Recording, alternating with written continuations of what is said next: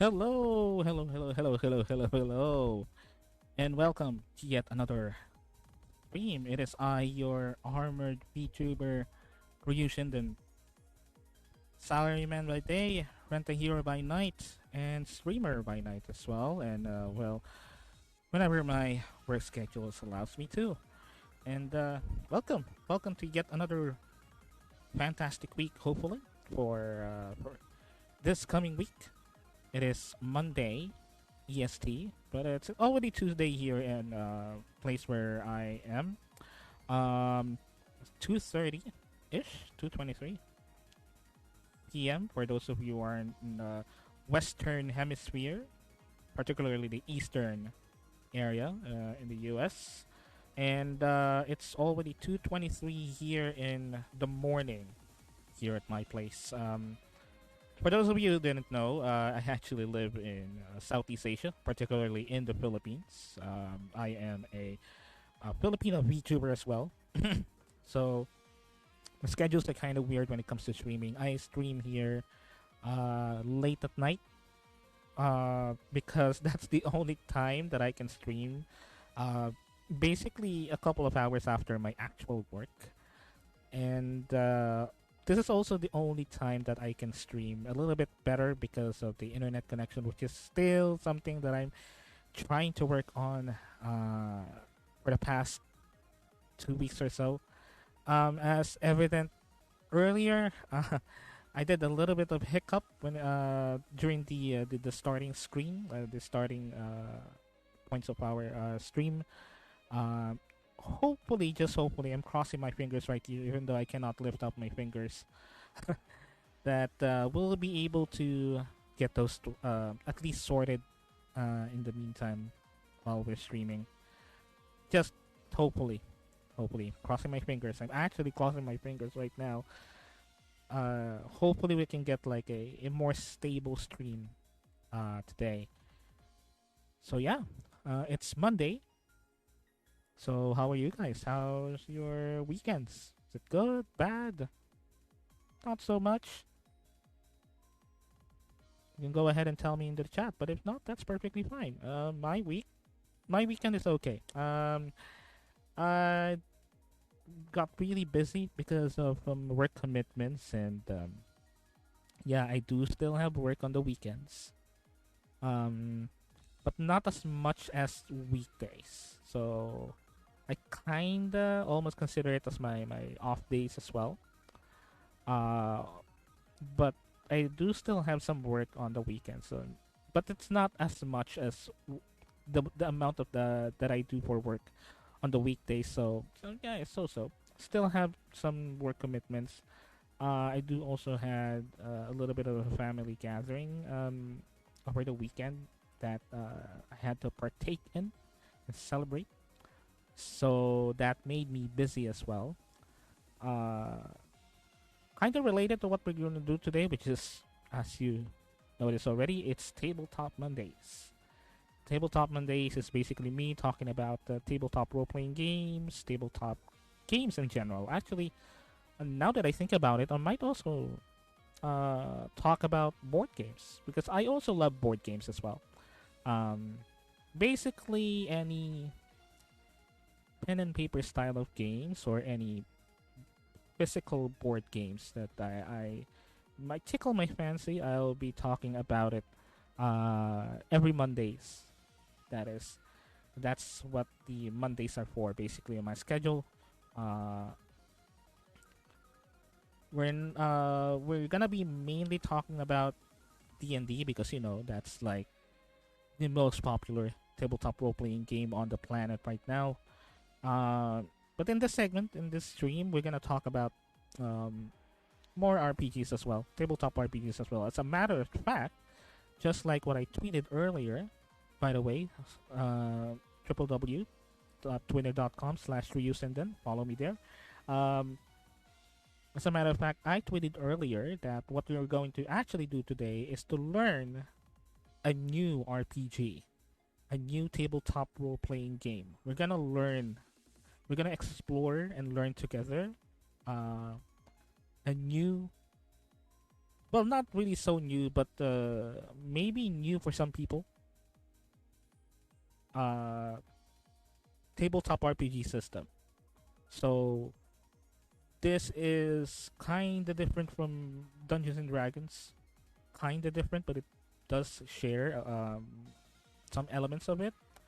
What's interesting about this new RPG system, though, that we're gonna be learning, is uh, it can actually be run and played without a dungeon master or without even any other players at all.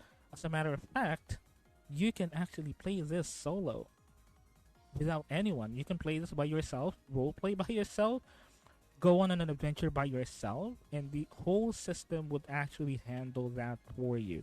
Um, most tabletop role playing systems needs some sort of a game master or a dungeon master to like uh, educate the game, run the NPCs and monsters in the game and whatnot, tell you situations and moments that happen to your characters, uh, tell you all about the campaign and stuff and something like that. Everything, almost everything that players do not do. The rest are being done by their dungeon master. But this particular system, what got me interested about it is the fact that even if you don't have a game master, and even if you don't have, well, hopefully you have, hopefully, uh, even if you don't have any friends or someone else to play with you, you can actually play this role playing game by yourself, and it still works. It's basically how it was marketed and structured. Although the system is also versatile enough to actually let you play it with a DM in a traditional way, like having a dungeon master and having other players as well. It actually still lets you do that. So we're gonna actually explore a little bit about a tabletop RPG system called Iron Sworn, and we may also delve a little bit deeper, a little bit. I'm gonna dip in a little bit with its expansion, which is Starforge, which is basically a futuristic sci-fi space version of the same system. Iron Sworn is basically your medieval fantasy, like well, a little bit of fantasy uh, genre system. Wherein Starforge is basically the same rule set, but it's redesigned for science fiction, space opera, spacefaring, anything space uh, setting. So we're gonna be talking about that later. We're gonna be exploring and learning about that later because I myself, although I did skim a little bit about it, um, because of my other project that I'm working on. I did skim a little bit about it, but I figured that maybe we can, make a stream about this or make a video about this. We can go ahead and learn things together further because maybe I have skipped out on some, rules and mechanics and interesting aspects of the system itself that I might have missed during the time that I was skimming over it. And maybe we can learn together as well. So yeah, that's what we're gonna be doing today. And also, we're probably gonna be reacting. Actually, but first, we're gonna be probably be reacting to some videos that I wanted to react to on stream. They are videos that are quite for a while now. I'm seeing on my recommended feeds. But most of them are about like tabletop role playing or and D&D and whatnot. Uh, and as much as I wanted to watch them, I kind of steeled myself and prevented myself from watching them.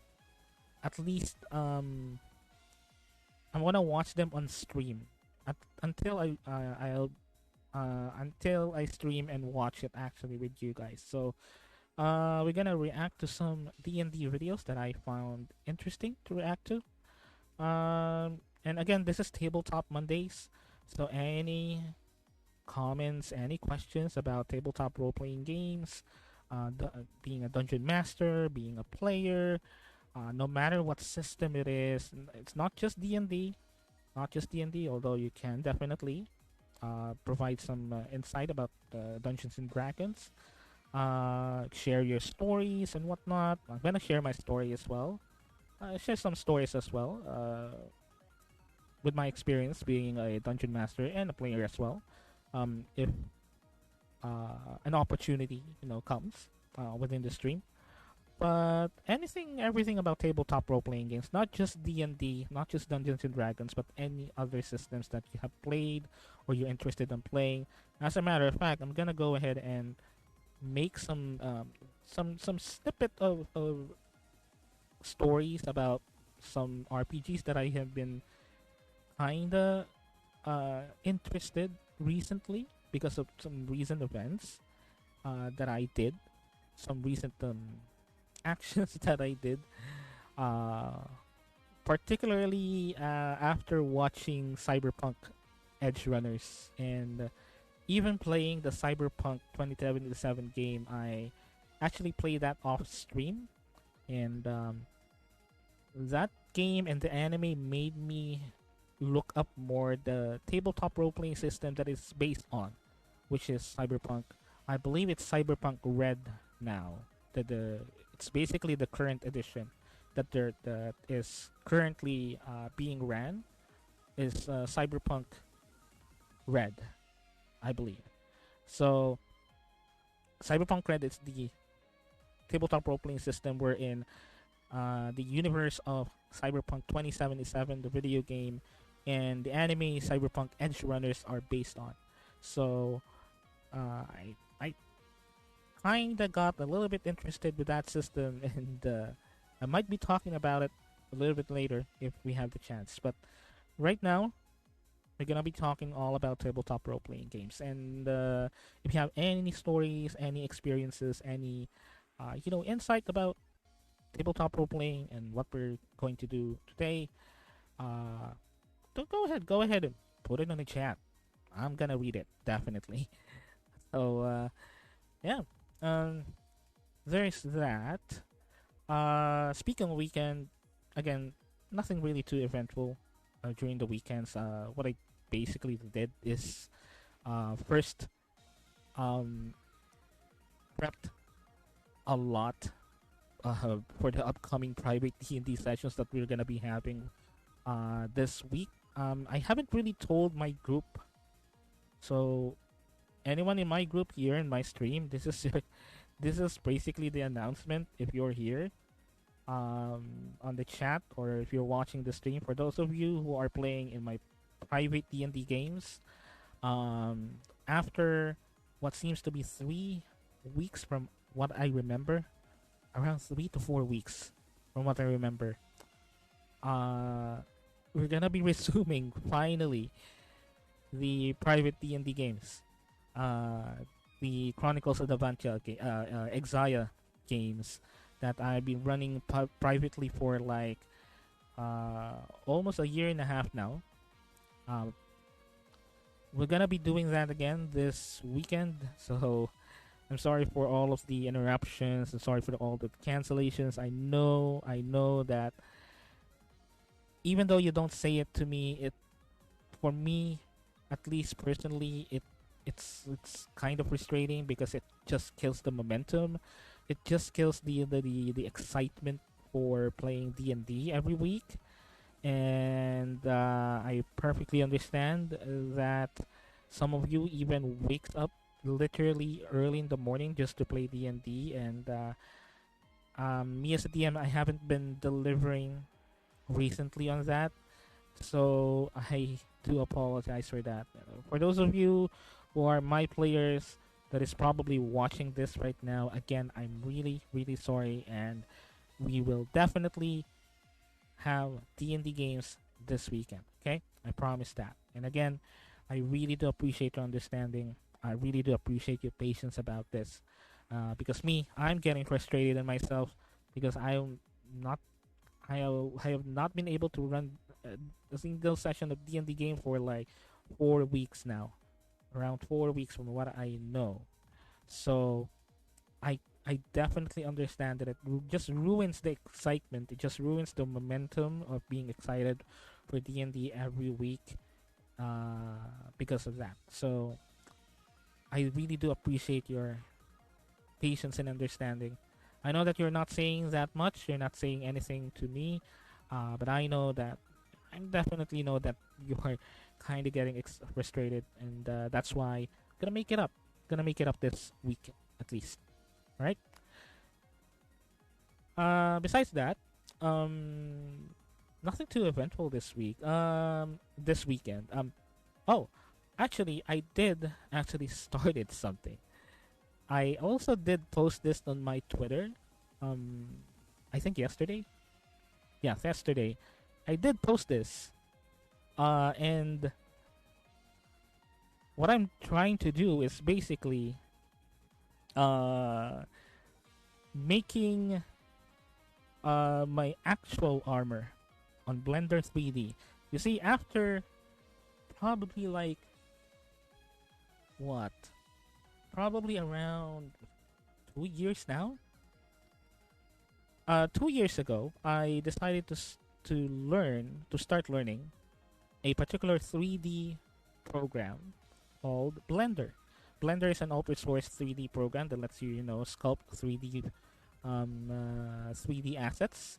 And the thing is, this program is totally free, and it's so reliable that I believe it's even being used on movie production uh, as well. And I started learning it a couple of years ago, but I kind of stopped because of commitments.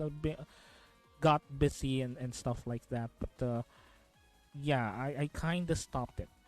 But recently, due to both renewed interest, and actually need to make the actual model, I decided to learn Blender 3D again. But you see, it took me almost half a year to even grasp the basics of Blender. Uh, but that's on and off, all right? That's not like something that I was a slow learner, which is, well, I am, kinda. But that is mainly because I was on and off of it um, for quite a while. So it took me a while to even get the basics of using Blender and making like basic, what you call it, 3D models. Um, I have lost the file, but uh, the very first thing that I made that I kind of completed is like a helmet of some sorts from a Japanese superhero, and I lost the file ever since. I wasn't able to retrieve it, and I kind of forgot about it because again, it's just me just got interested on uh learning Blender 3D. Nothing really serious about it. I just really wanted to learn it. Um, but now it's a different story. Uh, Besides getting a renewed interest on Blender, I kinda had to learn how to use Blender because of a necessity, and that necessity is finally building my actual armor, my VTuber armor. Because you see, and you might have already read it on the description below about me. This armor that I'm wearing right now is basically an armor that I air quotes borrowed. This is not actually the armor that I have in mind or that I'm planning to, showcase or show on stream. Uh, but this is the closest. I should say that this is the closest armor that I envision I'll be using. But this armor is basically from a existing Japanese superhero show. And this is actually a villain armor that I'm wearing right now. So I know it kind of ruins the immersion. I know. But believe me, as much as I wanted to, this is something that I had to put on at least for representation. This is I should say that this is not the real thing. This is not the real, well, not really the real me, but this is a borrowed me. Um, so I kind of borrowed this armor. I got it from a place that is actually giving it for free. You know, um, let's just say that I borrowed it. This is actually not the armor that I wanted to be, permanently be on stream. If you know what I'm saying. This is an armor that I temporarily have until I can, have my actual armor made, or uh what you call it? Have myself actually make the armor, which is the latter that I decided, because you see, I don't really have that kind of money to splurge out and uh, have someone commission a very nice armor. I'm just a salary man, although I am paid well, but just well to, just well to be comfortable. I know that I know that you know this kind of like endeavor, it requires you to have like some sort of an investment. All right, it kind of requires you to, in some cases, spend money as an investment to start it off.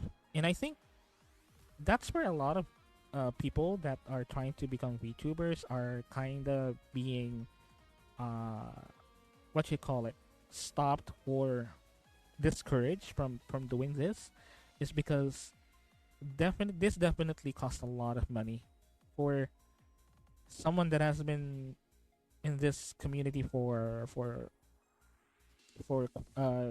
a short time.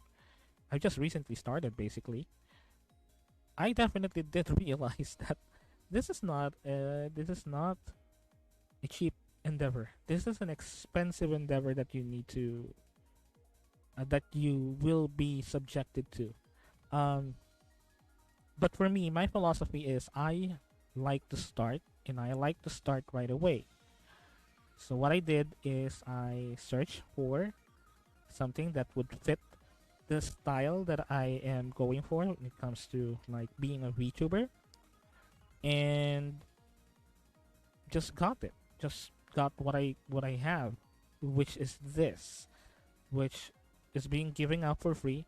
But I perfectly understand that this is not something that I can say that is my own. This is not that. So what I'm trying to do is basically create my own, and that's what I've been doing right now on Blender 3D. And that is definitely the one that I posted on Twitter recently. So my weekend is kind of spent to that. A day of my weekend, technically, relearning everything, like literally everything about it. Uh, from sculpting to even loading files to even to just the keyboard shortcuts, which is there's a lot of shortcuts in Blender 3D that you need to remember to make your life really really easy when it comes to like sculpting 3D models. But even that, I still have to like relearn everything, despite the fact that I actually have used it before. But yeah, it's an endeavor that I am subjecting into, that I know that will be consuming a lot of time. It will take a lot of time. I definitely am sure that this will take a lot of time. Um, so I'm trying to like shoehorn it in with my rather hectic schedules on and off stream to learn 3D model making, so that hopefully, just hopefully, I'm giving myself a time limit of January next year on my birthday. That um, I'm gonna be completing at least a majority of the part of the model itself, particularly like the torso or the head to the torso part at least, so that I can actually at least show that off on stream. Because most of the time, whenever I'm streaming, I don't really, show my legs for this model. So I figured if I can at least finish the helmet and the body armor and the arms at least, that will be enough. That will be enough for me. That will be super enough for me to actually show off to people that, hey, this is actually what I look like and this is what I'm going for in regards to what I want it to look like. And for lore, because again, I'm just continually breaking immersion here. Um, for lore reasons, whatever that you're seeing right now is me leashed, and that form, the one that I'm working on, is basically the unleashed full potential form of my armor as an armored fighter. So that's basically the lore of it. I'm still working on the lore part, but I kind of have like already an idea of what the lore is about. But basically, this is me. Whatever you're seeing right now is just me limiting my power lore wise, or limiting the potential of what this armor that I'm wearing right now. It's to seal it in. Uh, but yeah, so that has been consuming my weekend recently, and might be consuming my entire weekends and even weekdays for what probably would be months. But again, hopefully by January on my birthday, that would be actually my probably my birthday showcase, is showing off the real armor. So yeah, but don't worry. What I'm going to do is I'm gonna be actually posting some updates and some progress with the armor on Twitter. So that's why, if you can go ahead and follow me on Twitter. That's www.twitter.com/Ryusin. Then it's just my name. Just go ahead and search it. You'll be able to find it with just my name. It's so easy. And follow me there. Follow me there. So you will have, you know, an idea of what I've been doing, including but not limited to that armor progress. And if you are a 3D artist that is using Blender, I am a total newbie, so you are free to actually mock me and make fun of me with my work, because I am not in any formal training. I'm just being self teaching myself how to use Blender 3D. So for any 3D modelers out there that are obviously very talented, way more talented and way more experienced than me, you are free to make fun of me whenever I post some updates on Twitter, because believe me, my work is not good. so, so yeah, so there's that. Okay, so anyway, another thing that I wanted to address is, as you can see on the top here, as you can see on the top, we now have 32 followers. Yay! 32 followers. Yay! I'm happy. I'm happy. I'm just lowering my voice. I'm just lowering my voice because it's already night here, and this is my default like speaking voice. Uh, Whenever I wanted to like calm down and whatnot. But anyway, we got 32 followers now, and we smashed basically the initial goal of 30 followers. But the thing is, we would need to be 50 followers to reach the affiliate rank, actually. But I set it to 30 to be, make it more manageable, make it more closer to the goal, which we did smash. So yeah, definitely thank you so much for those who followed. And you see, as a matter of fact, what I'm going to do, this is what I'm going to do. I'm gonna actually go ahead and shout out every single followers that I had for thus so far. And this is something that I'm gonna be marking on my stream here because I wanted to make sure that I'll be held accountable for this. And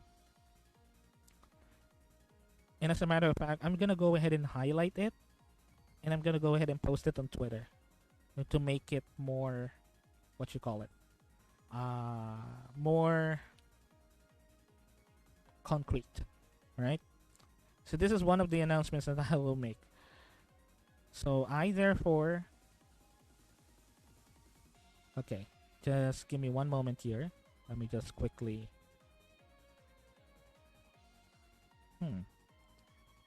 Okay. It's getting error. What I'm trying to do is to make a marker because I would need to be reminded of this because I'm gonna be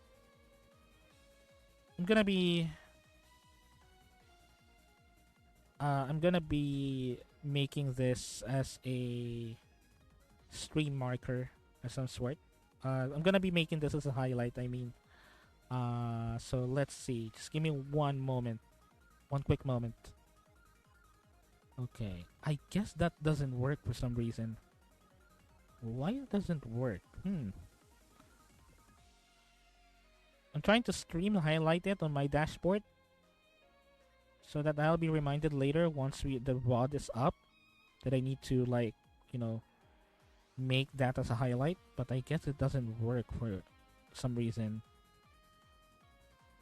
Let's see. Okay. Yep, I guess that doesn't work, but just gonna make some markers anyway. I'm just gonna scrub to the VOD later, make it a highlight later. But okay, here's what I'm going to do. Every time that I hit 30 followers, I'm gonna go ahead and make a shout out. That's right. I'm gonna make a shout out for every 30 followers that I have. For every 30 followers, again, I will repeat for posterity of this stream. I'm gonna be shouting out every 30 followers that I get. And this is to appreciate show my appreciation following the stream, show my appreciation of the support that you have given me and the trust you have given me when it comes to following me as one of your streamers. So I'm gonna be shouting out starting now for every 30 followers that I got. It's actually 32, but I'm gonna count 32 for now, okay? For every 30 followers that I get, I'll be shouting them out on stream, right? So, here we go. Just give me one moment because my dashboard here doesn't actually show this streamer, the followers that I got prior to streaming. Just give me one moment here, and I wanna include them as well because I do have people that followed me before I decided to stream, like literally before I decided to be a streamer. They gave me a follow, and just give me one moment here. Now, unfortunately, I have some followers here that I don't have on my dashboard, so I can launch the the overlay. So unfortunately, I will not be able to flash out the alert because that's what I'm going to do as well. I'm gonna flash out the alert for every 30 followers that I get. So if you are a follower, for just in case that I wasn't able to read, I wasn't able to shout out what I mean is there will be some followers that might get double notifications on stream the fact that they followed. But basically, I'm gonna reactivate the overlay for alerts for their follow. Okay, and I'm gonna be shouting out every single one of those 30 follows that we have so far. 32 in this case, actually. All right, here we go. So just give me one moment. Okay. So, all right. So first off, very first follower is Weaven Steven. Thank you for the follow. Thank you for the follows, Fully Sophisticated. Thank you also for the follow, Psychedelics 4. Juice Vault, thank you for the follow. ZYXEDoc, thank you for the follow. And those are the users that gave me a follow before I streamed, before I decided to be a streamer. So thank you so much for those follows. Even though I wasn't been streaming, they gave me a follow, so I will still give you a shout out nonetheless. But anyway, these are the people that followed me when I started streaming. So I will be shouting them out and showing you the alert. So here we go.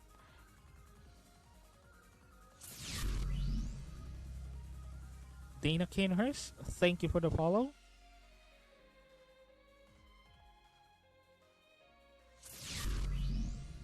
I clicked that again. Sorry. Azazel Tejada, thank you so much for the follow. Appreciate it. Yeah, there you go. I clicked it again. So thank you for the follow, Azazel Tejada. You got twice. Static Quiz, thank you so much for the follow. Let me do this. Doc Null, thank you for the follow.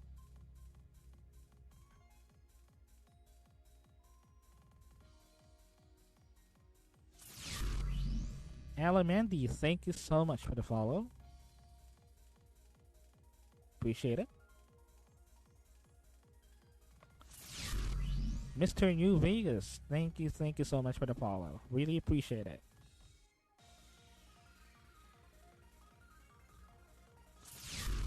Skullcore 2986, thank you so much for the follow. Appreciate it. Okay, so I guess that is finished. Let's move on. Hungry Kobold, thank you so much for the follow. Oh, I clicked something that I shouldn't click. But anyway, Steve Mill Plays, thank you so much for the follow. Thank you, thank you.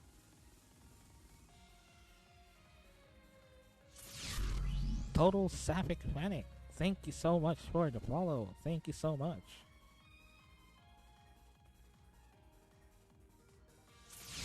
And that's the one that I shouldn't have clicked. Anonymous, thank you so much for the $10. Thank you. Thank you so much. I shouldn't have clicked that. Yuri is weird. Thank you so much for the follow.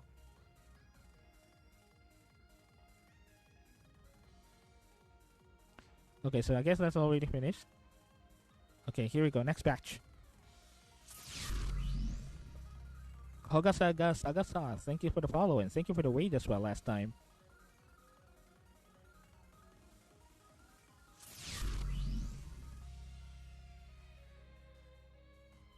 Sunset Cabin, thank you for the follow. Bunny Goddess, thank you so much for the follow.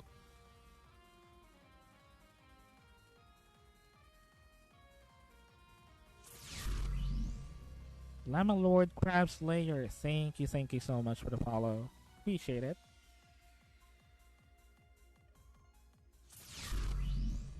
Owl Jax, thank you for the follow. Thank you.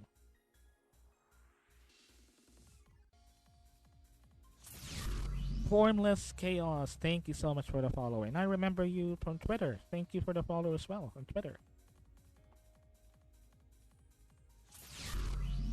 Marcy Conico, thank you so much. Stay being cute. Stay cute.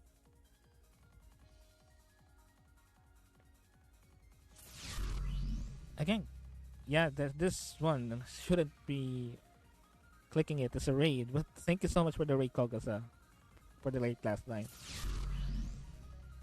Rico with a bag, thank you so much for your follow.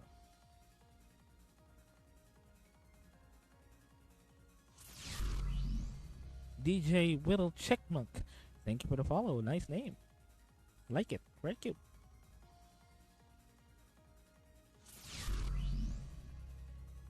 The Lost Stone on Twitch. Thank you so much for the follow.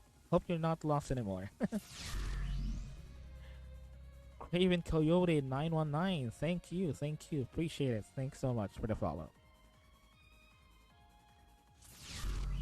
Cash Berry. Thank you so much for the follow. Well, cash for you, hopefully. Chrysos, thank you for the follow. Appreciate it. Thank you, thank you.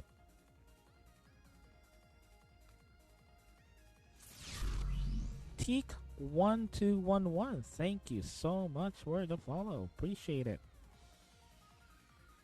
And I guess lastly, Frank12033016, thank you so much for the follow. Very recent. I wonder how you actually search my stream. You followed during the time that I was not streaming, but again, nonetheless, thank you so much for the follow. Alright, so I guess that's it. Thank you so much for all of those follows, the 32 followers that have been following so far. And again, just for posterity, I'll be shouting out every 30 follows after this. Alright, so that'll be the next, let's make it the next 28 technically, because we're excess of 2 right now. I've shouted them out anyway because they're already there. But yeah, we're gonna be shouting out the next technically 28 followers, and then 30 followers after that, 30 followers after that, and this will be my commitment for every for the stream. Okay, this will be my commitment. I'm gonna be keeping track of this as a matter of fact. Right? As a matter of fact, I'll be keeping track of this. Okay, so you know what? I'm gonna try. Maybe we can go ahead and like make another counter here. I'm gonna do that later. But all right, again for every 30 followers, I'm gonna go ahead and give him a shout out, show my appreciation. Yeah. So again, I might be shooting myself in the foot, but I'm gonna be following through that promise. Okay. All right. So just give me one moment here. Really quick. Okay. Alright. So what else I'm gonna be doing today? Oh, some announcements. Alright. Oh, just give me one moment. Let me do this as well.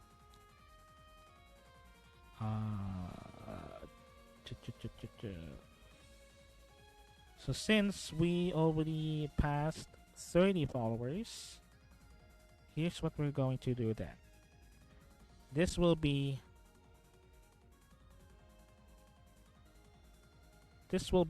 probably a push.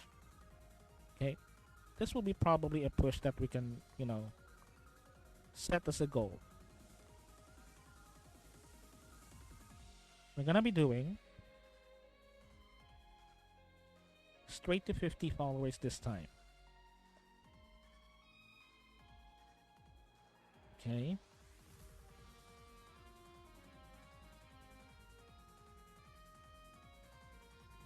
We're gonna be shooting for 50 followers this time.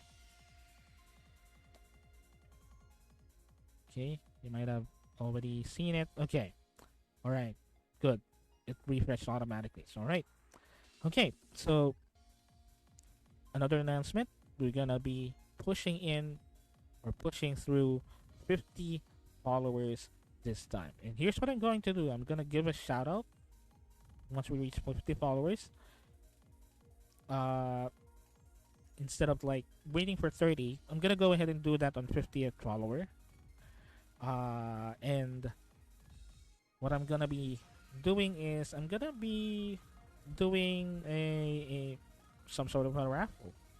You know, that'll be a celebration of once I get the affiliate once I get the affiliate goal, I'm gonna be doing some sort of a raffle, right?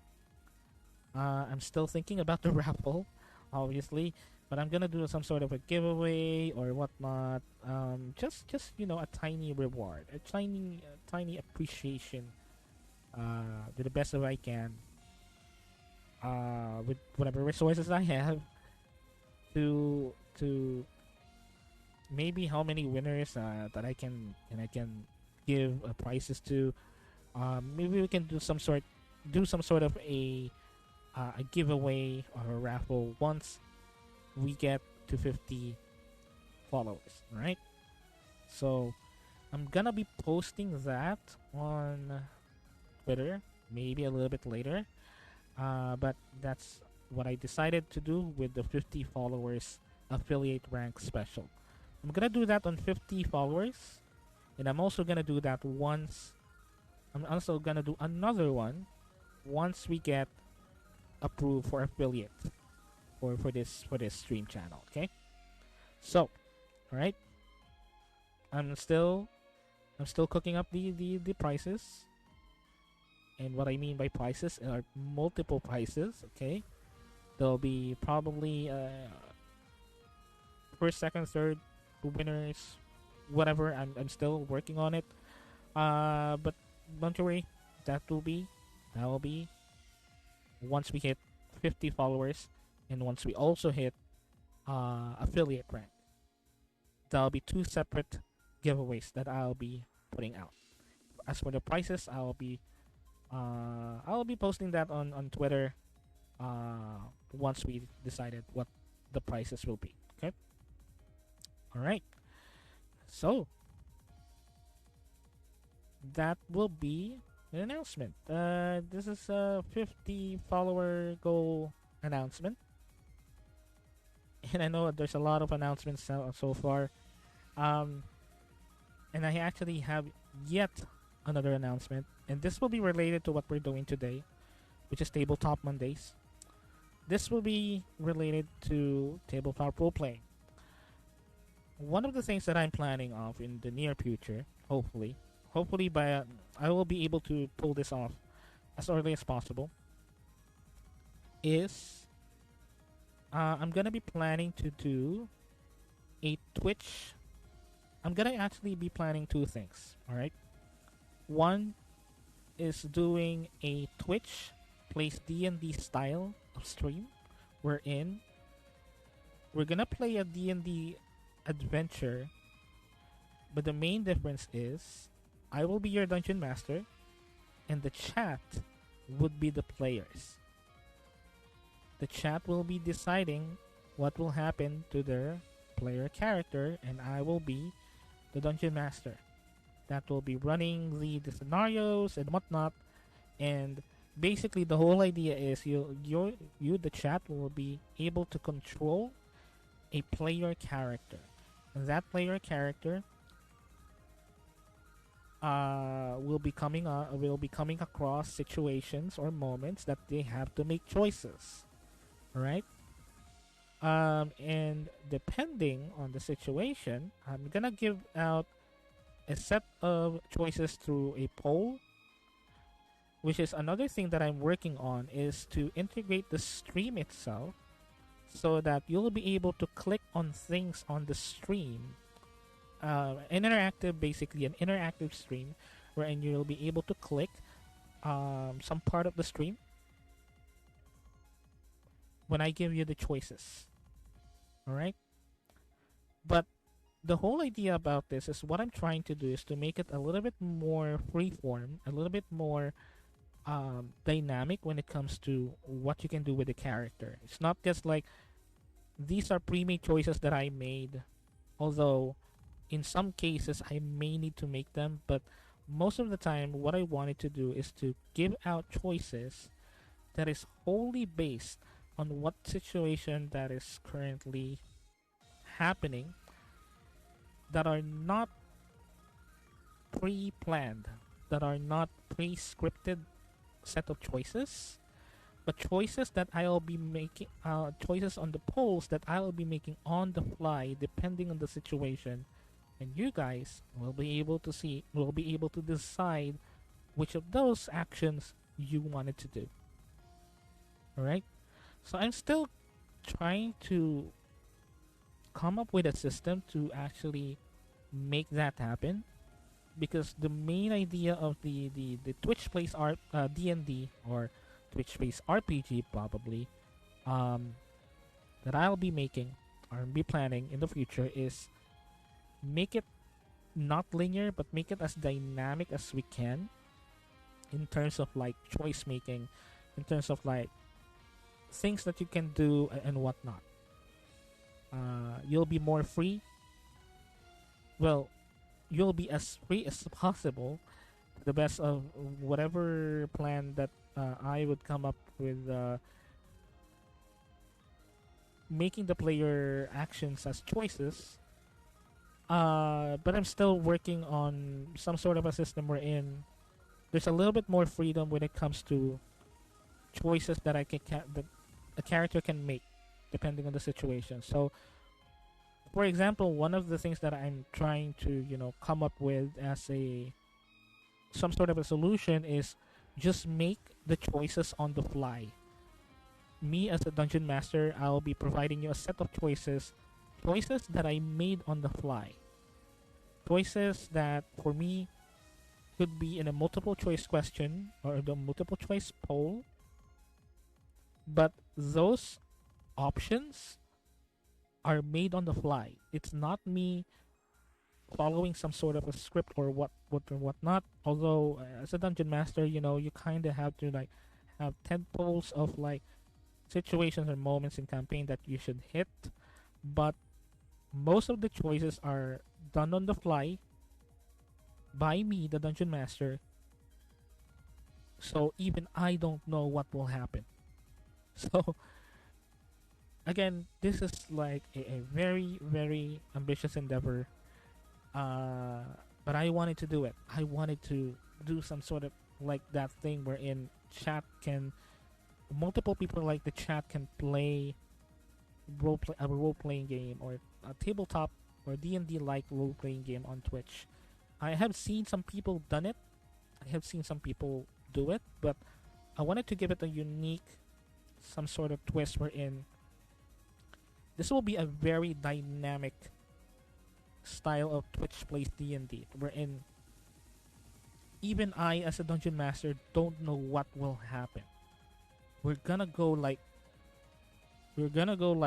super duper unpredictable in this. So yeah, so that one of my plans for the future. Hopefully I'm giving myself until probably again next year to pull this one off. After 4 months, or maybe around February or March will be the timeline that I'm aiming for.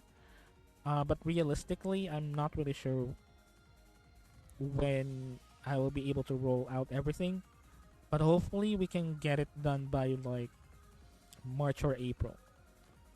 When it comes to like everything is set up with the minimal hassle as possible when it comes to Twitch Plays D&D. Hopefully, we can pull it off probably around March or April. Yeah, around that time. Hopefully by March. But I'm gonna do my best to work it as much as work on it on as much as possible, and make it as interesting and unique as possible when it comes to Twitch plays anything. Just and also even Twitch plays D&D. Uh, so yeah, that's one of my projects that I've been thinking about doing for quite a while, and I'm gonna announce it here. I'm now announcing it here that I'm working on that. Also, uh, another thing that I wanted to announce is Just give me one moment. Let me pull out my notes real quick here. Actually, another thing that I wanted to announce is I'm gonna be probably opening up some slots for games that I can actually run as a dungeon master. So if you're someone that is wanting to play D&D or any other tabletop role playing games that I offer that I can run, I will be opening up slots for players. Um, but for the meantime, at least for the meantime, I'm gonna be opening slots for players for my D&D games. I'm gonna be opening them up for other streamers in the meantime.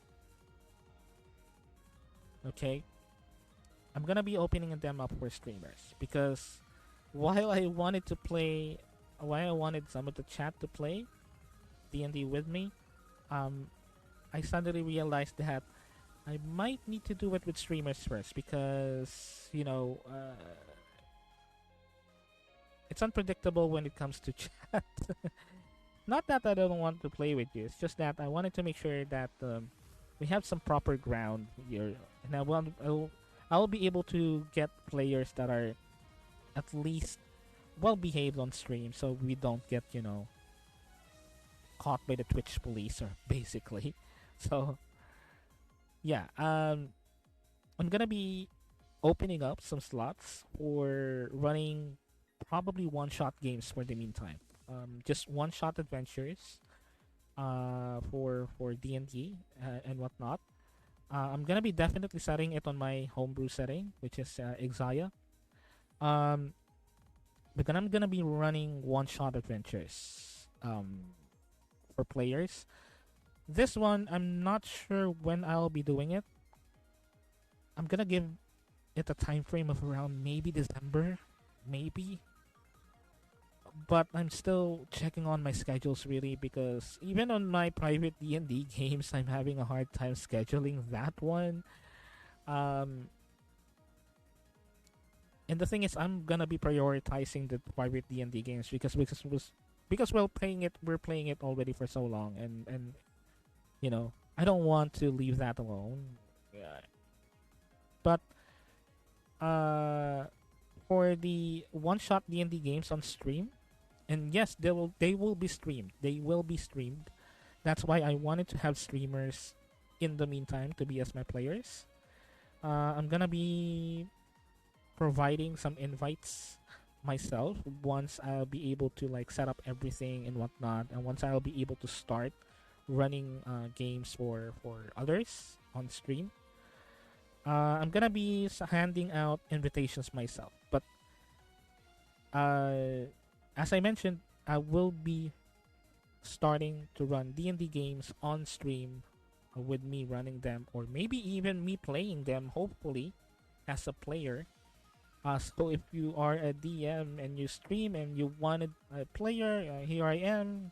I'm free here. As long as the schedules are aligned, I'm free to play D&D. Just putting it out there. I might also post this on Twitter at some point.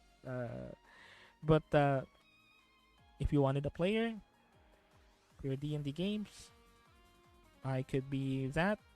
Although not in the meantime because I'm quite busy with everything else. But yeah. But as a DM, I will be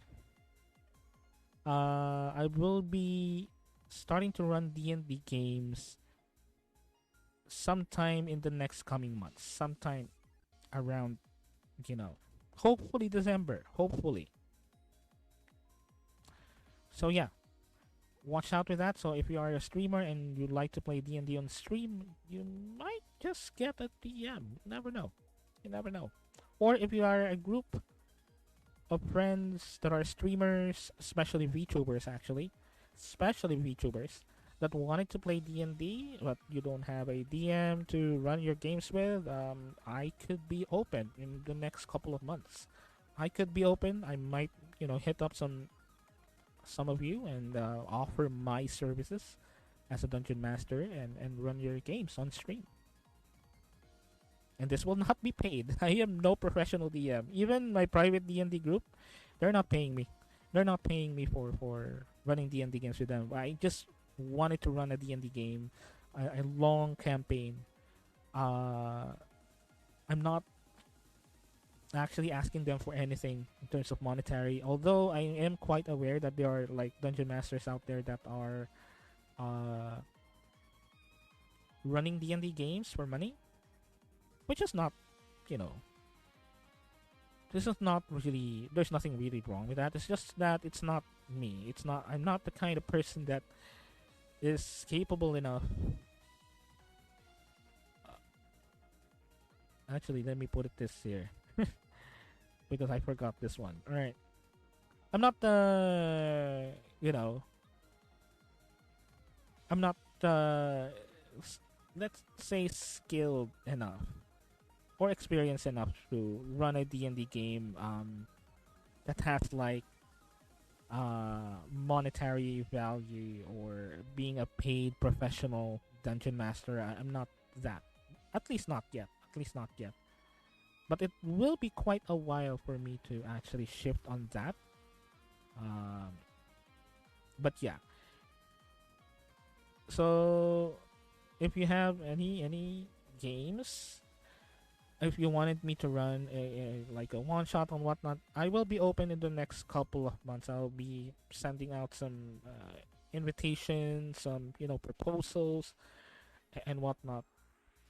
So we can play. Sorry, excuse me. We can play some D&D.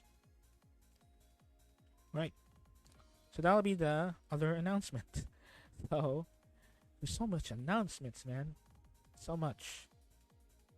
So just give me one moment here. Let me do it this way. Uh, where is it? Okay, here we go. I put it on the other folder.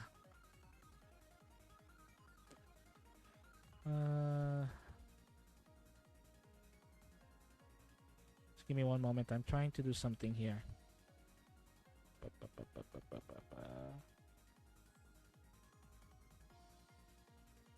Let's see. Group selected items. Sorry.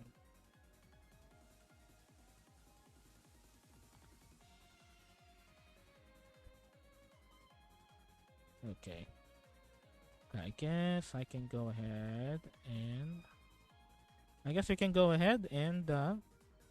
Okay, sorry about that. Just a real quick adjustment on my end. So, alright. So, I guess we can go ahead and start off with our main agenda for today, which is basically reacting to some videos for a bit, and then we can go ahead and start with our main agenda, which is learning a new RPG system, which is Aryan Sworn, tabletop role-playing game. So, give me one moment. Let me switch to our React overlay. Here we go. Oop. Again.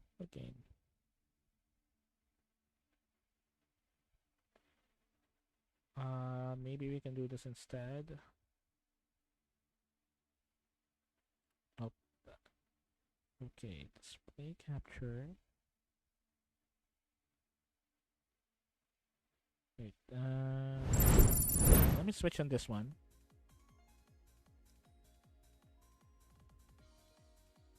Sorry, just give me one quick moment here.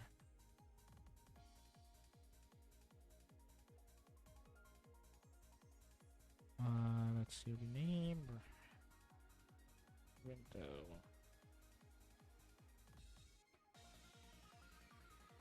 Okay, so there you go.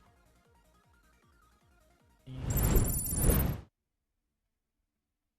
gonna do this instead.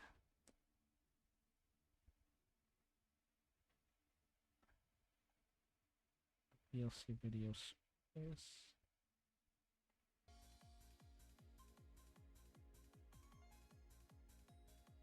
Just give me one quick moment while I poof myself. Just give me one moment. Group. Trooper. Okay, sorry about that. Okay, let me make myself small.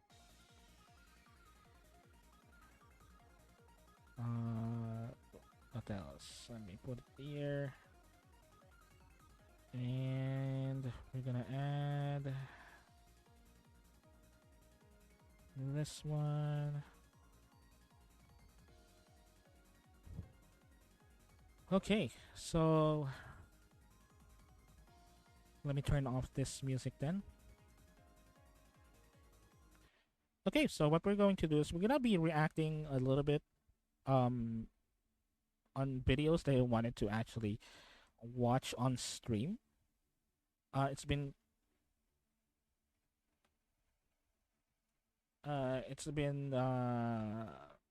quite a while since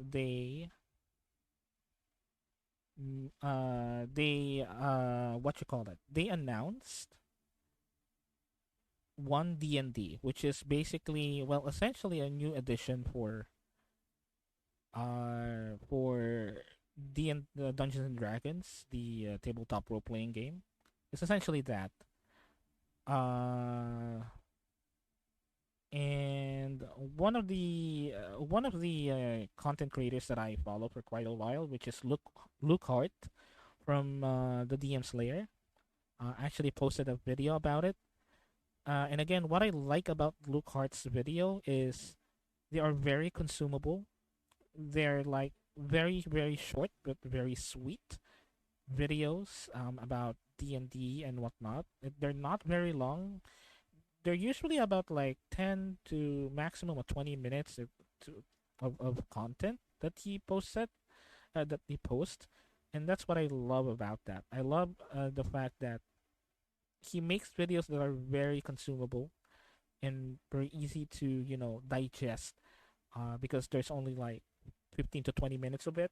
It's not like an hour or so of what I love about how he makes videos is he's not just talking and talking and talking. It's just, providing you the information that you need in a very entertaining way as well, without being too, boring or too, let's say, into themselves when it comes to um, providing their opinions about D&D and providing information about D&D and tabletop role playing games in general.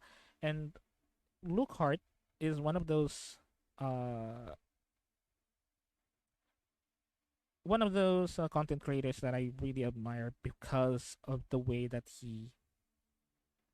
Oops, oops, oops. Just give me one moment. We'll see my things here. Here we go. Here we go. Luckily, I have no tabs to show uh content that might get me caught. Okay. All right. Gotta make sure that we're okay. So this is his video. Okay. Let me lower it and maximize it. Oop. Maybe we can adjust it like so. Okay. Maybe we can put it way down here. Maybe way down as well. Okay. Alright. So this is his video about what seems to be his opinion about the adjustments that they made to 1D&D when it comes to certain classes. Uh last time we reacted to one of his videos about the changes in mechanics when it comes to the one D and D system, which is again what seems to be like the latest version, the latest edition that that Wizards of the Coast is trying to release. Um, as far as I know, they are not working with editions anymore. This is it. This is one D and D. There will be no editions like third edition, fourth, fifth. There's nothing like that anymore. What they're doing is like one D and D, and that's it. And that one D and D will be updated and updated if needed, but we're not gonna be naming it or numbering it on the editions. They're just sticking with one D and that's it. And there have been numerous playtest elements that they're trying to have players and dungeon masters alike to have an input on. Uh, they're basically having people playtest the content that they're planning to release to make some adjustments to the fly. It's basically like a beta test for like video games. Um, and they had made some changes with the mechanics and the characters and classes and whatnot. Um, we have reacted to Luke Hart's other video, previous video about the mechanics changes that they made on one D and D for people to playtest. And that was really interesting. And now, what we're going to do is to react on another video about class changes for one D and D. Just to reiterate my opinion about the mechanics change in the one D and D system. If you haven't caught my previous stream, and I can't blame you, it's been a while, and I haven't really posted like the YouTube video summary about it, but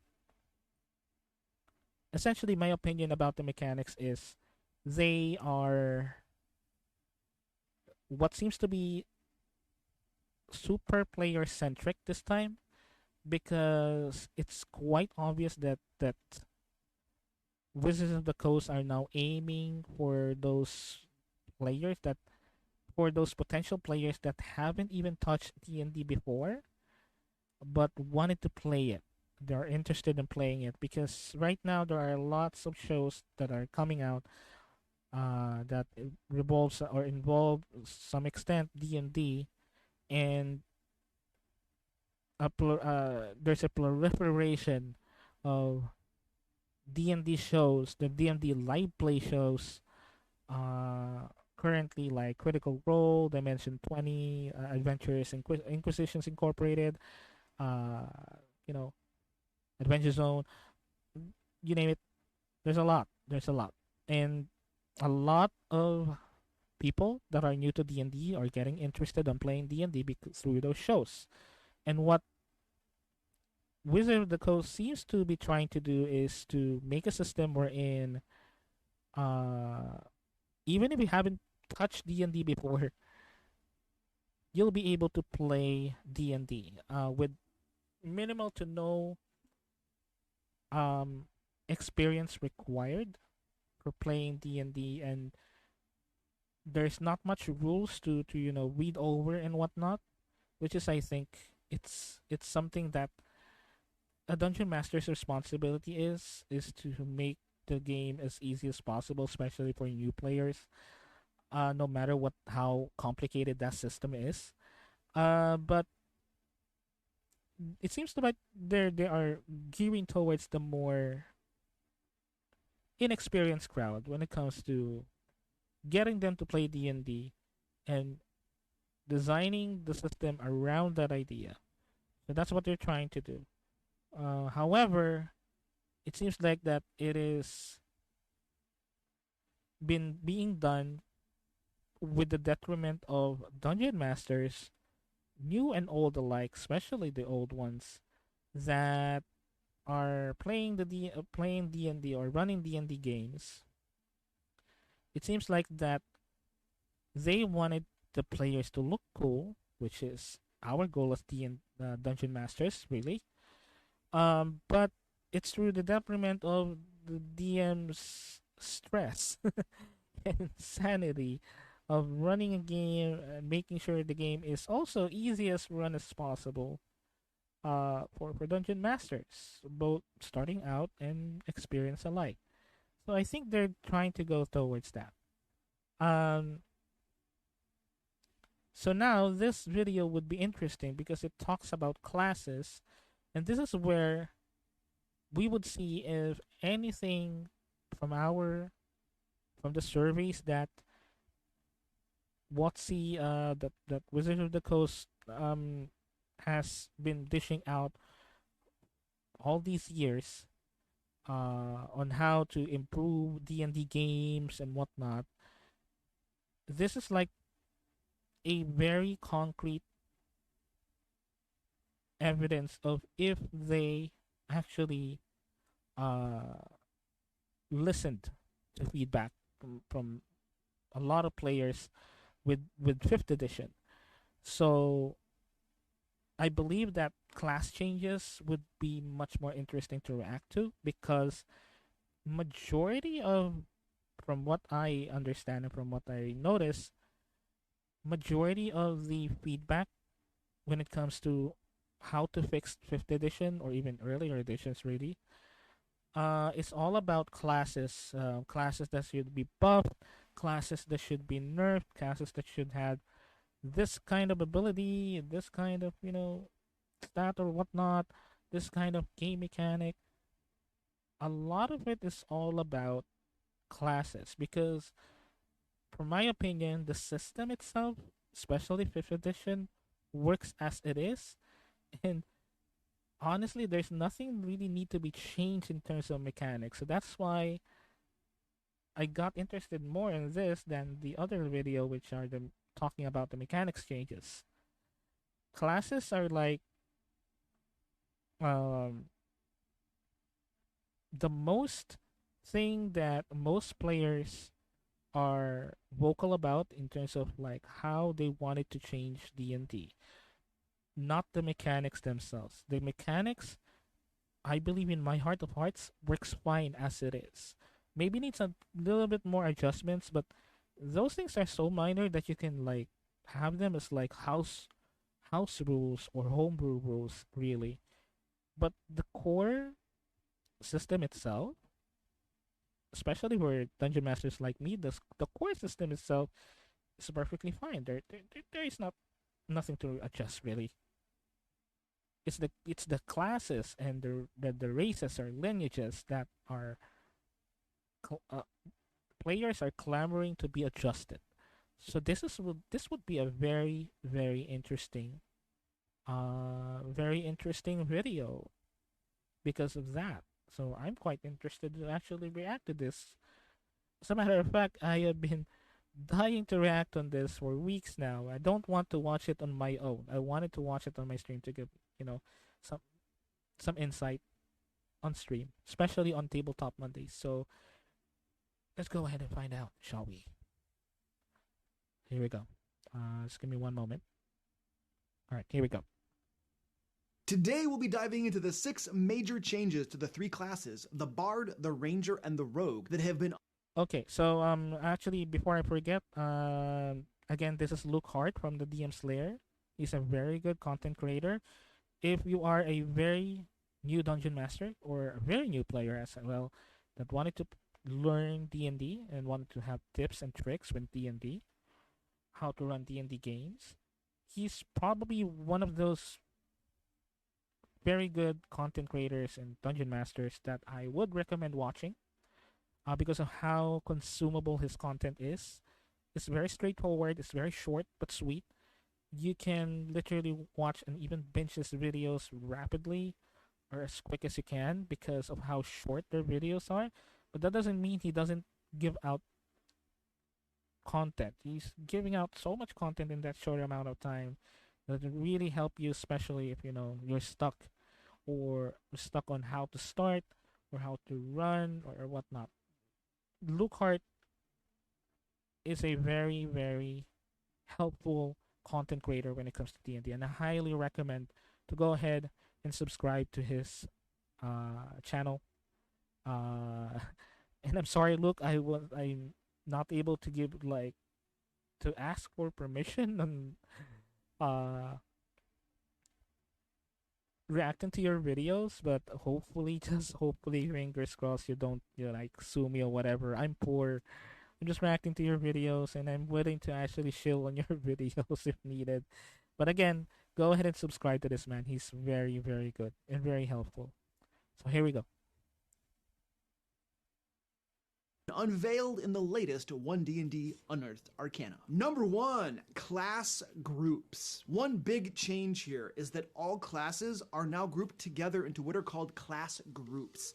Many people had already informally been grouping them together this way, and this actually harkens back to older editions. There are 4 different class groups: experts, mages, priests, and warriors. Experts are your bards, rangers, rogues, and artificers, even though they didn't come out in this Unearthed Arcana PDF. I'm still a little sour over that. Like, why couldn't you just get it done? Like, you got lots of people working for you. Couldn't you just get it in there? Mages include sorcerers, warlocks, and wizards. Priests include clerics, druids, and paladins, and warriors include barbarians, fighters, and monks. Each of these class groups will have features that are common to all of them. For instance, all classes within the expert group will have expertise as a class feature. Magic items and feats may also be limited to class groups. This is similar to the current requires attunement by a spellcaster thingy that you see on a lot of magic items, but it will be available for anyone within these various classes.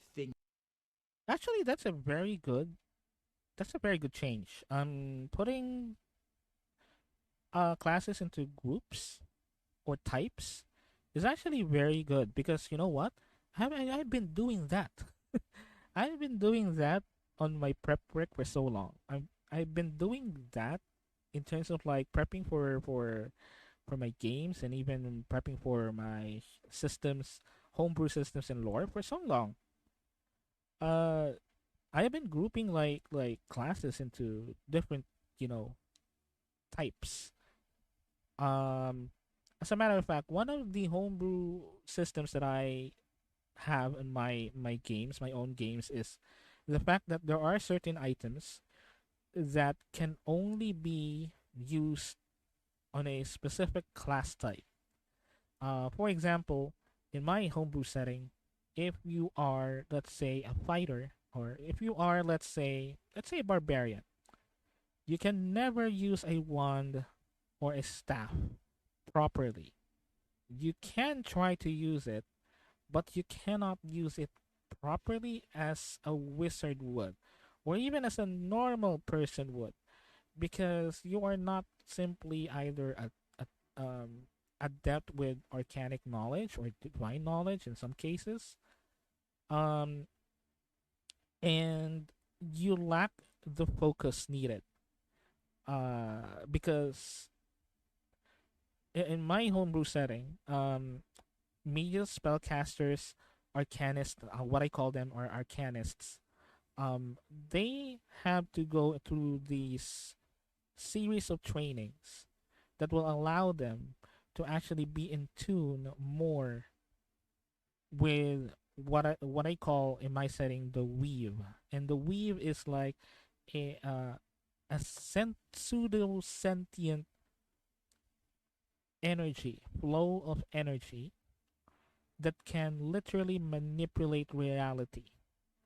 And organic arts or organic knowledge is basically a branch of knowledge that involves uh, studying the weave and its properties because of the potential to, bend reality, bend the laws of reality to your whim.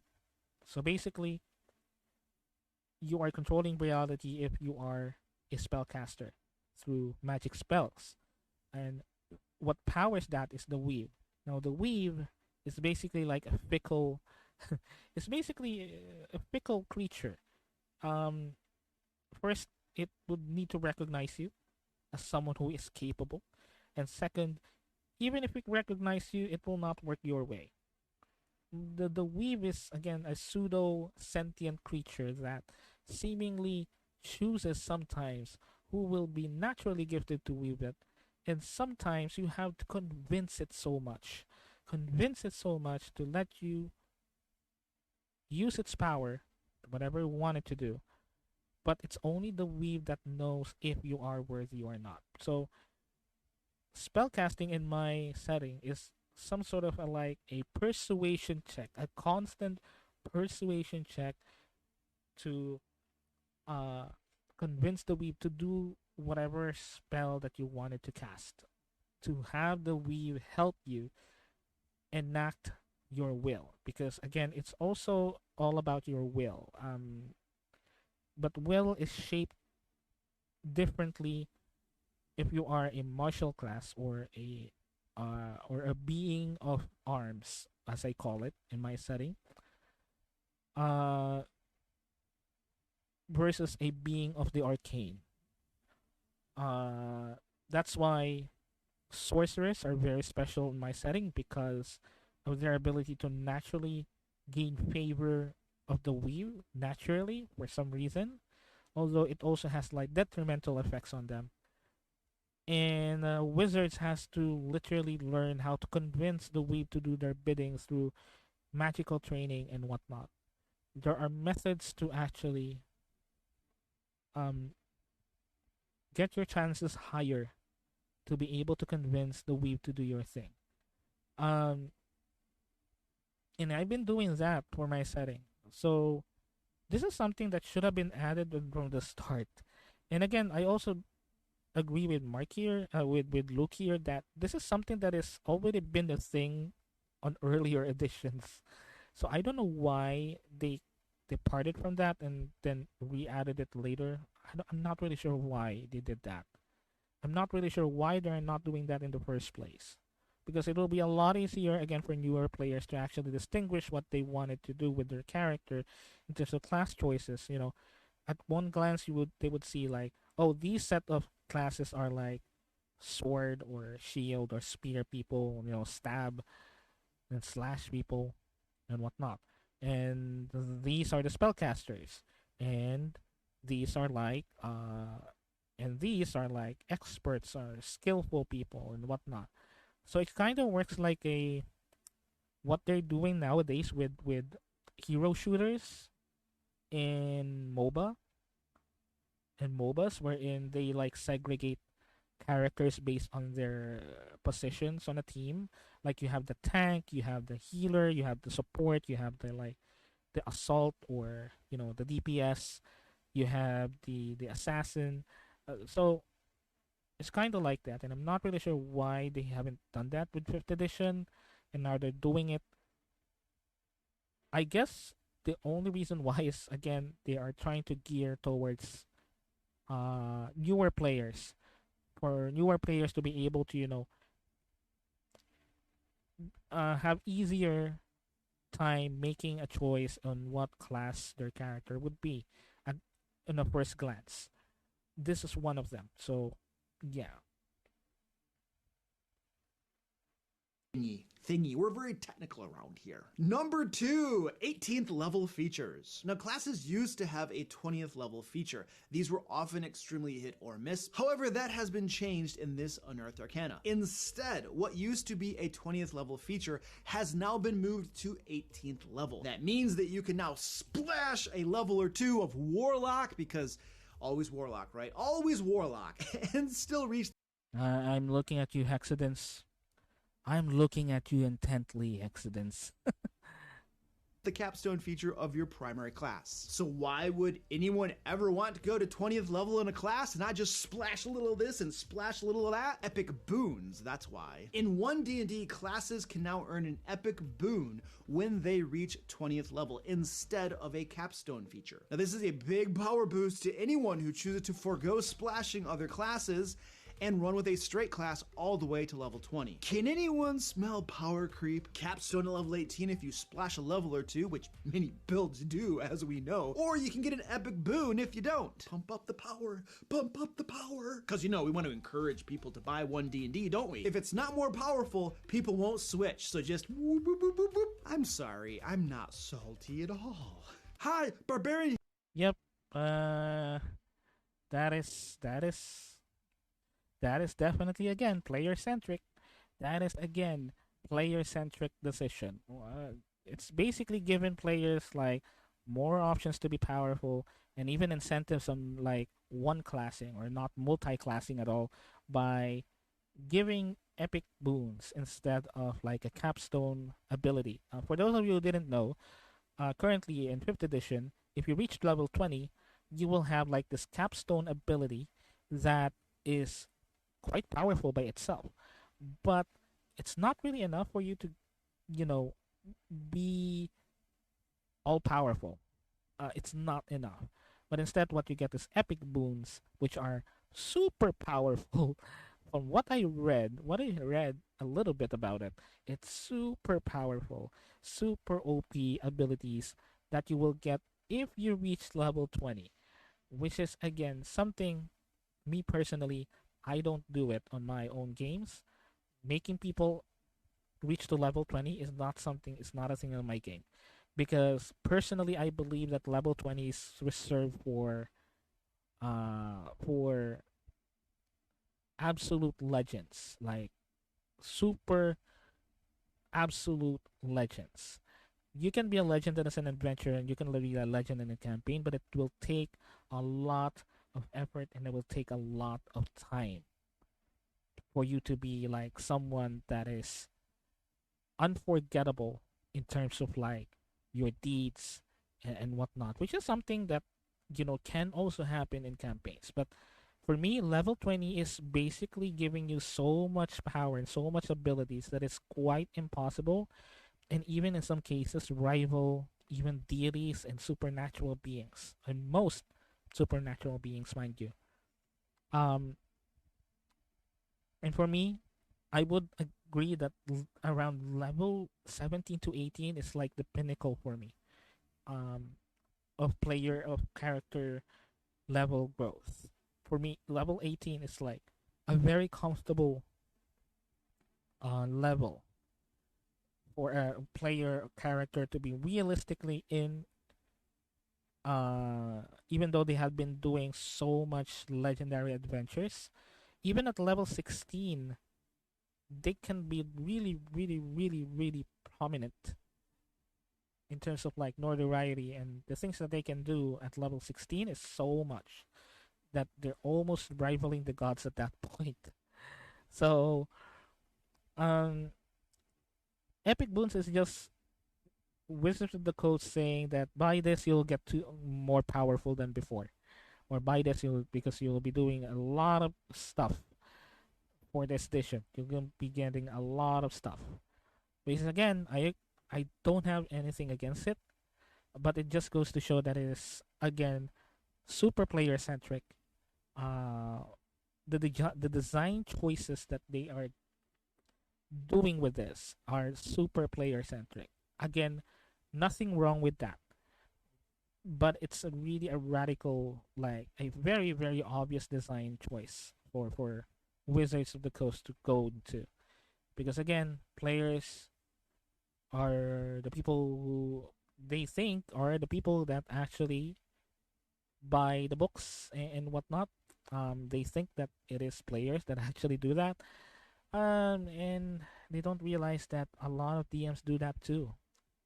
And I personally believe most of the time it's the dungeon masters that actually buy the supplements and not the players, because players can play the D&D with a borrowed book from their DM. The DM should have the borrowed book because they should learn the rules more than the players. So it's the dungeon masters that actually purchase the books most of the time, I believe. Again, I might be wrong, but that's that. I'm sorry, I'm not salty at all. Hi, Barbarian here. I've hijacked this fine video about 1D&D to bring you a delicious dose of bacon grease. Actually, the bacon grease is for me, but this sleazy plug for my Layers of Legends Kickstarter is for you. If you'd like to get 2 big, massive hardcovers filled with 5th edition adventures, monsters, traps, puzzles, standalone encounters, and tons of other really cool things you can use in your games, then you should pre-order Layers of Legends before orders lock and you're screwed. That's right, time is running out, just like this bacon grease.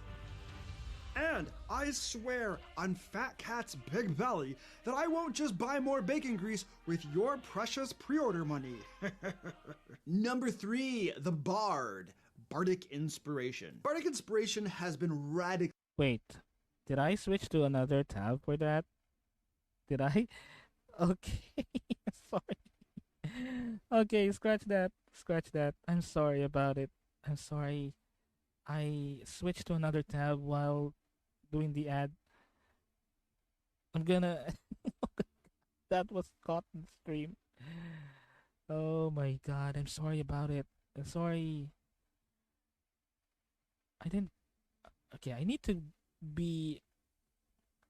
get used to this. Like the window capture. Yeah, it was... Okay, let me explain.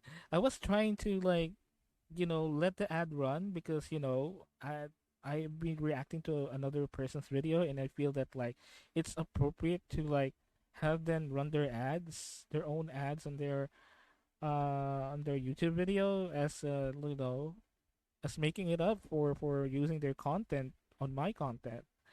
But I was trying to actually trying to check on Twitter really really quick while I stream. Because I'm using one monitor and my only monitor is my laptop's monitor. I don't really use any other monitors for the meantime. But I didn't realize that it was it was showing my Twitter all along. And I was like, whoops. Okay. So I'm really sorry about it. I need to get used to this. I'm sorry. So let me run the ad again, okay? Let me run the ad again. I'm sorry, Luke. I'm sorry. Let me run it again.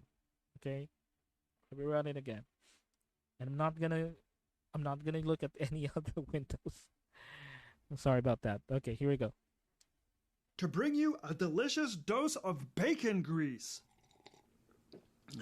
Actually, the bacon grease is for me, but this sleazy plug for my Layers of Legends Kickstarter is for you. If you'd like to get 2 big, massive hardcovers filled with 5th edition adventures, monsters, traps, puzzles, standalone encounters, and tons of other really cool things you can use in your games, then you should pre-order Layers of Legends before orders lock and you're screwed. That's right, time is running out, just like this bacon grease.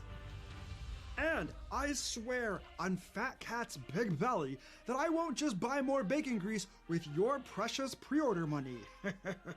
Number 3, the Bard. Okay, so that's done. And again, I'm sorry about that. So that's the ad. Okay, let's move on. Bardic Inspiration. Bardic Inspiration has been radically changed from the 5th edition version. No longer can a bard walk around handing it out to all their friends before combat, nor can their allies save it for when they want to use it most, which usually involves you forgetting to use it and then never getting to use it at all. I have never ever done that myself. Bardic Inspiration is now a reaction when a creature the bard can see or hear fails a d20 test. This reaction allows the creature to add their Bardic Inspiration die to the roll, potentially changing the failure into a success. What's interesting is that the bard doesn't actually need to see the creature they give it to. For instance, an invisible creature who can be heard can be given inspiration. Bardic Inspiration can also be used as a reaction to heal your allies after they take damage. This is, of course, extremely powerful because to date, it's the only way to heal an ally when it isn't your turn, unless you hold an action, of course. But, and this is huge, Bardic Inspiration doesn't break your concentration on a spell like holding an action would. If you're holding an action to concentrate and cast a healing spell and just hold the healing spell ready to go, just in case somebody needs it, which would be really weird anyway, and I don't know why you would ever do that. So this is pretty much the only way to heal when it isn't your turn. Anyway, it looks like we're continuing the trend of making it harder and harder to die in D&D, which may or may not be your cup of tea, depending upon your playstyle and your preferences. Number 4! Okay, so in terms of like making bardic inspiration as a reaction, that is actually really good. Um, because it enables like ease. Actually, even for dungeon masters, it enables like ease because one of the things that um you really need to do as a dungeon master is to keep track of almost everything. That is including bardic inspiration because believe me, as Luke said here, they a lot of people tend to forget that they have bardic inspiration, and most of the time it's if you are a player and you have bardic inspiration that was given to you, it's mostly either your bard that will remind you of that, or other players in the table that will remind you that hey, you have bardic inspiration, go ahead and use it. And yeah, a lot of people actually forget it. So this one basically enables you to make it to use it as a reaction. So it's automatically it's automatic from what I understand it's automatically used instead of like declaring. Now let me get a little bit back up and see if I can understand correctly what Luke said about the bardic inspiration change. To heal, you actually need to see the creature.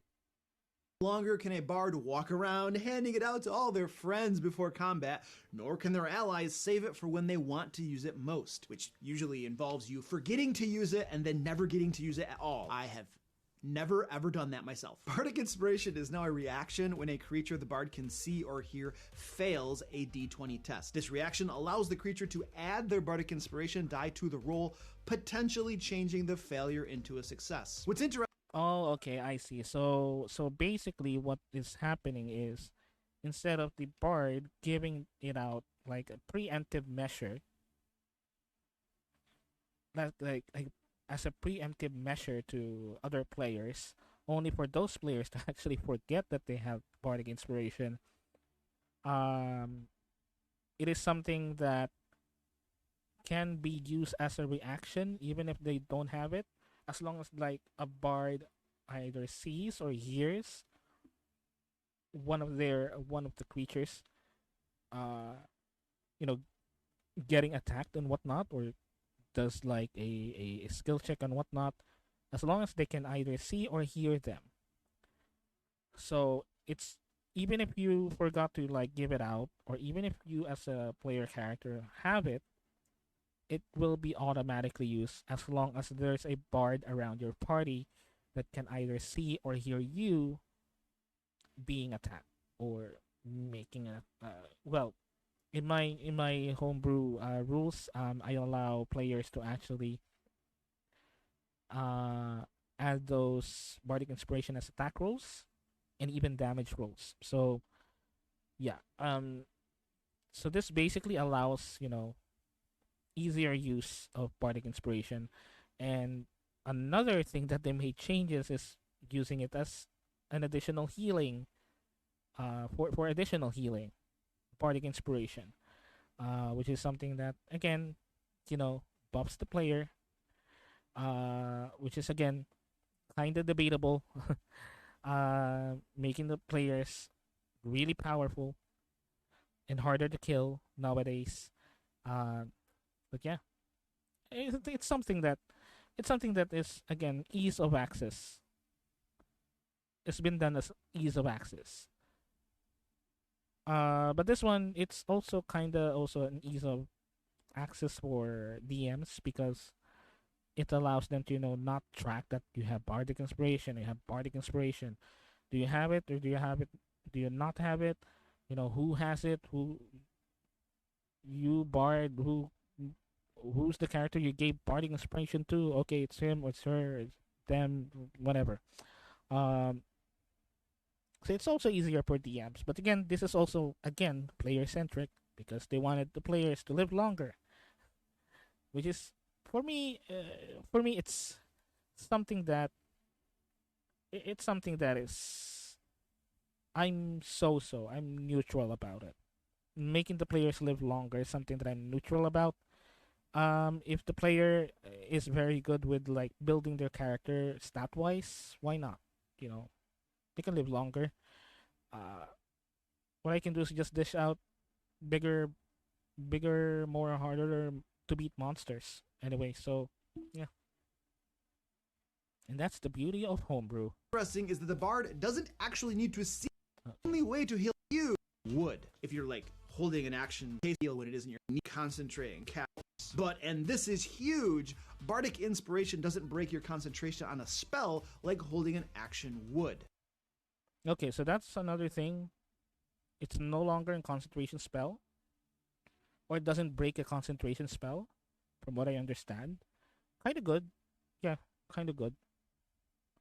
Uh, If you're like holding an action to concentrate and cast a healing spell and just hold the healing spell ready to go just in case somebody needs it, which would be really weird anyway, and I don't know why you would ever do that. So this is pretty much the only way to heal when it isn't your turn. Anyway, it looks like we're continuing the trend of making it harder and harder to die in D&D, which may or may not be your cup of tea depending upon your playstyle and your preferences. Number 4, the Ranger, Favored Enemy. Favored Enemy has been rather nicely revamped for Rangers depending on your point of view. I mean, its situational uselessness and ineffectiveness are now gone, along with some of the flavor that used to be part of playing the Ranger class. Instead, Favored Enemy is a feature that a Ranger can use in every combat against every foe. Basically, Favored Enemy allows you to always have the Hunter's Mark spell prepared without it counting against the number of spells that you can prepare. You do not need to concentrate on the spell after you cast it, which means that it can't be broken by you being hit, and you can also concentrate on a different spell at the same time if you wish. It will last for its full duration unless you end it as a bonus action or you're incapacitated, which probably is not going to happen because the Bard is just going to use their reaction to heal you so you never become incapacitated, right? yeah, true, true. You never break your concentration. You never get unconscious because the bard can just heal you automatically, right? And when you will be unconscious, you won't be unconscious because the bard will just heal you, right? That's funny. You're never gonna die. But yeah, it kind of, I don't know. It really depends. I saw a lot of people actually clamoring for this to buff the ranger class. But again, for me, hot take, it kind of removes what a ranger does or what a ranger is all about. A ranger is basically, for me at least, for me personally, a specialist on hunting. And if they are a specialist on hunting, a hunter could hunt many things, but they could be an expert on a single thing, right? And the ranger basically is that. For me, a ranger, if you base a ranger on Tolkien uh base, which is where the ranger technically came from. For me, a ranger for the works of Tolkien, I believe a ranger is someone that is like an expert hunter or expert seeker. They don't really hunt to kill, but they can hunt to kill. They can hunt for sport. They can hunt to search for someone or something or some creature. They're basically experts in their own way. Aside from the rogue that are experts, it's just that in a criminal way, right? But that's how I see rangers are. In making changes to favorite enemy to be like all types of enemies, kinda kinda removes the what the ranger is about. Rangers are supposed to be not only good at long distance fighting, or range fighting, but should be experts on a particular um, hunting expertise, which is, a type of creature. And removing that, you just remove everything just remove what makes a ranger unique in its own way, because almost all classes in D&D can use long range weapons, and the ranger should be the foremost expert to that, because what they do is hunt. And if you're hunting, you're not really hunting with like a sword or a dagger or a shield.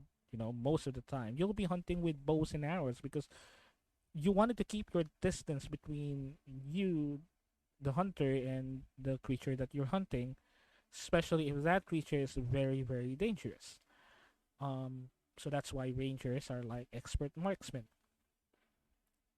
Um, but removing favorite enemy is basically removing their like uniqueness in terms of like what rangers are. You just have been like turned them into yet another martial class, like the fighter.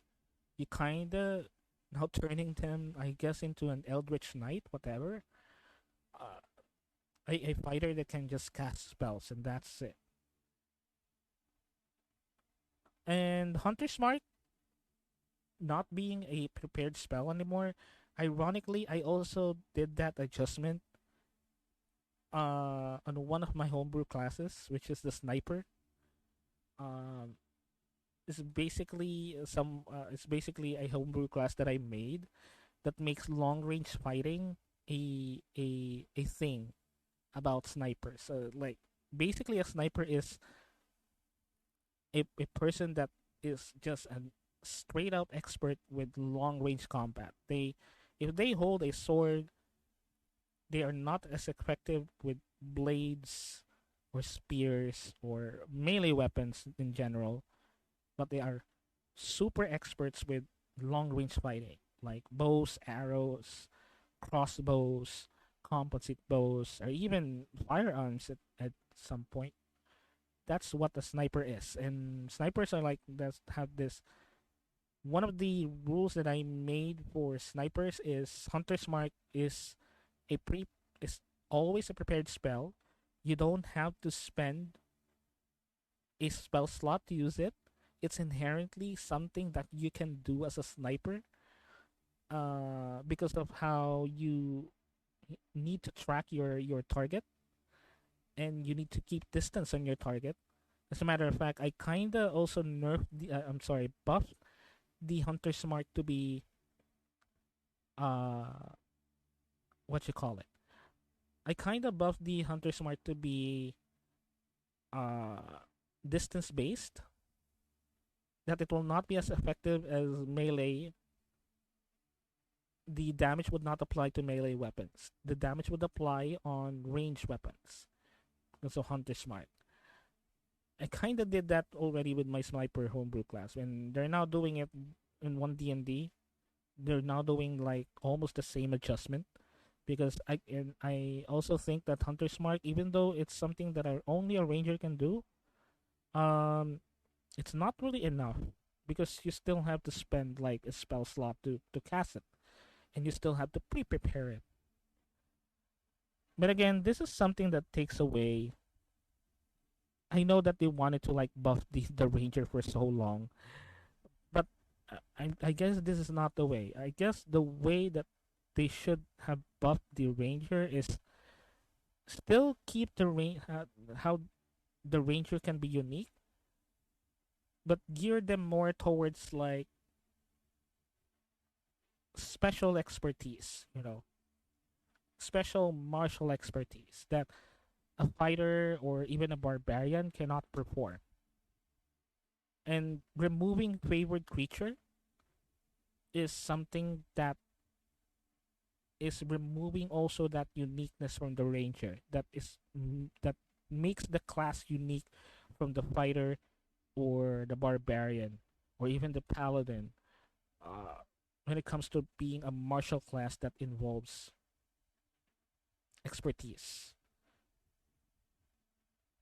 Instead, favorite enemy is a feature that a ranger can use in every combat against every foe. Basically, favorite enemy allows you to always have the Hunter's Mark spell prepared without it counting against the number of spells that you can prepare. You do not need to concentrate on the spell after you cast it, which means that it can't be broken by you being hit, and you can also concentrate on a different spell at the same time if you wish. It will last for its full duration unless you end it as a bonus action or you're incapacitated, which probably is not going to happen because the bard is just going to use their reaction to heal you so you never become incapacitated, right? Number 5, the Rogue. Was it already perfect? So the Rogue in 1D&D is almost mechanically identical to its counterpart in 5th edition. The game designers were like, the Rogue is great, we love it. What are we going to change? I don't know, let's just pretend like we changed something. So its core feature, Sneak Attack, is virtually identical to the version found in the 5th edition player's handbook. The only major difference is that it is limited to once on each of your turns and not just once per turn. That's a big nerf, isn't it? That's a super big nerf. That is a huge nerf. Huge nerf. You can only do it once on your turn and not every other turn or each turn from each creature in the field or in the initiative order. Oof. That is super big. Big old nerf they just threw at the Rogue. So they're like, the Rogue is great. We love the Rogue. We're not going to take away the critical hits from the Rogue, but wow, we're going to take away your bonus sneak attack that you can make as a reaction on somebody else's turn. Who else wants to bet that people are going to show up on that 1D&D survey in mass, raving and ranting about that little nerf right there? I guarantee you the next time an Unearthed Arcana comes out, they're going to change that back to the way it was. Yeah, 100%. 100% they're going to change that back. That is something that, woo, that will make a lot of people pissed. That will make a lot of people pissed off. Yeah, so yeah, that is something that should be changed because you don't want the wrath of 100,000 or a million rogue mains that are solely relying on sneak attacks to dish out as decent damage as a normal fighter would, or even more actually. That sneak attack is something that you know a lot of rogue players are relying to. Even someone like one of my players that is essentially new to D&D, she has been playing rogue now twice. She has been playing rogue twice now. She's very new to D&D and her very first character is a rogue in my campaign because I convinced her to be a rogue because one of the things that a rogue can do is like sneak attack, and basically sneak attack gives you big damage while hiding or being hidden or taking the opportunity on a distracted creature to get in the most damaging attack possible, attacking their weak point, their unguarded weak point. But yeah, that's one of the reasons one of my newer players, like super new, I was able to convince her to play a rogue, which is now something that you're taking away, which is essentially makes her feel one of the only things that make her feel better in combat, which is dishing out big damage and despite being a rogue, and you're now taking that away. Well, not really taking that away, but nerfing it so hard that it's almost insignificant. It's almost like as effective as like a fighter's normal attack without action surge. So yeah. Percent my next paycheck on that bet right there. Number 6, feats. There were way too many feats from this Unearthed Arcana to cover in full in this video. However, here are some of the biggest highlights. Based on the feats presented, all feats that are restricted to 4th level or above are half feats and grant a +1 bonus to an ability score. Of course, ability score improvement is the exception. It is no longer a class feature. Instead, ability score improvements are a feat that grants an ASI exactly as we are used to seeing it. Now, this change is necessary because feats are no longer an optional rule, but a core element of power creep.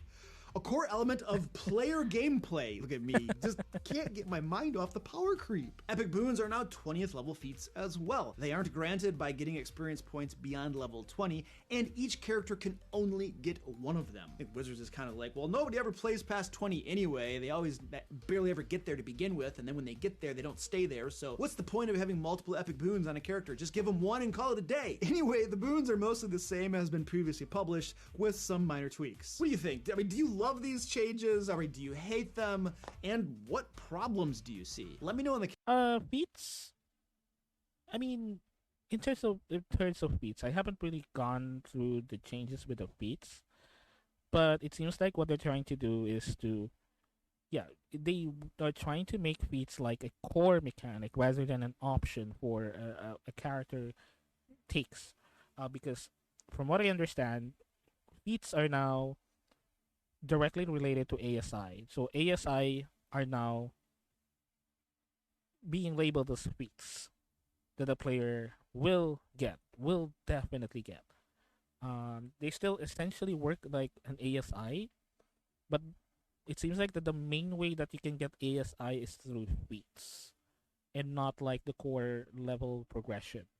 So I don't really have any much input on that because again, I haven't really gone through the feats changes that specifically or that deeply, but they made it easier. They made it again easier for players to get like more opportunities to improve in terms of stat wise. and grant a +1 bonus to an ability score. Of course, ability score improvement is the exception. It is no longer a class feature. Instead, ability score improvements are a feat that grants an ASI exactly as we are used to seeing it. Now, this change is necessary because feats are no longer an optional rule, but a core element of power creep.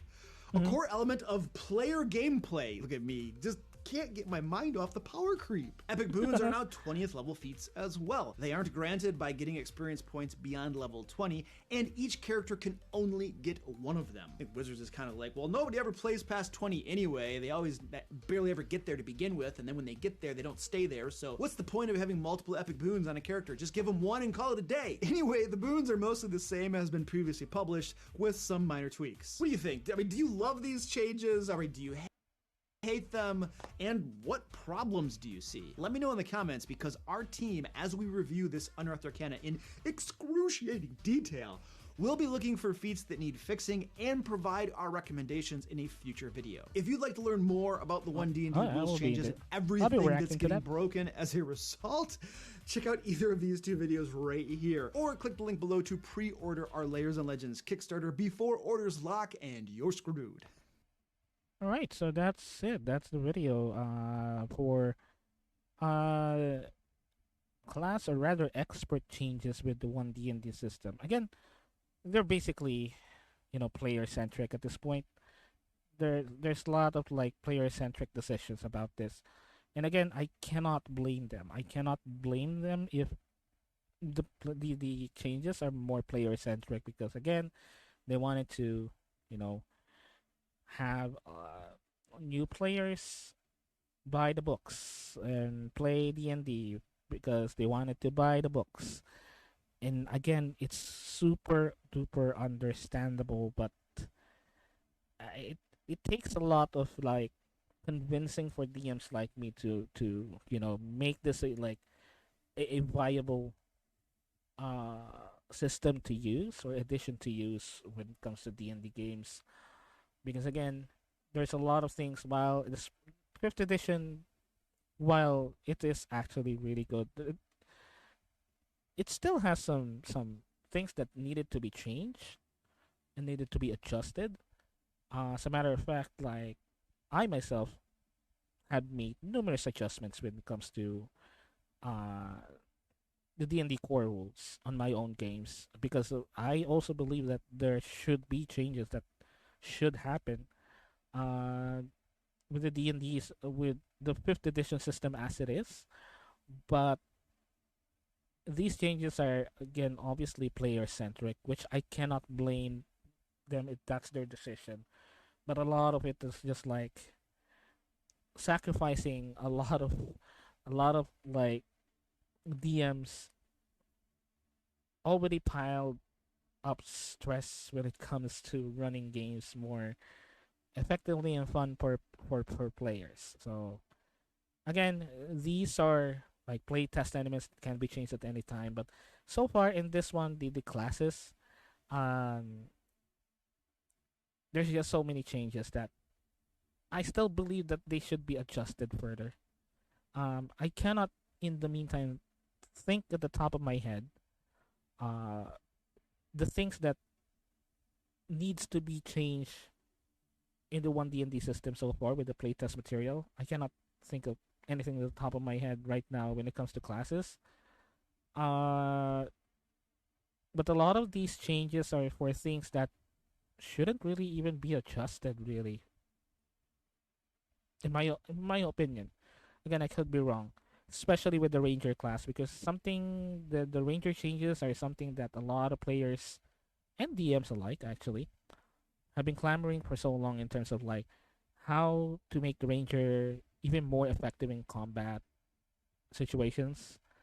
But so far the changes that they made with the ranger are things that essentially removing what make rangers unique in their own way instead of like enhancing what a ranger does. So yeah, and I thought that like the revised ranger from 5th edition is like woof. Yeah, so yeah, again, very interesting video indeed when it comes to like explaining real quickly the changes that they made with 1D&D so far with the playtest material. But yeah, that's it. That's my opinion. So okay, just give me a quick second. I'm gonna go ahead and take a short break. Oh, sorry about that. Give me one moment. Let me remove. Yeah. Where's you? Where is you? Where are you? Back window. Okay.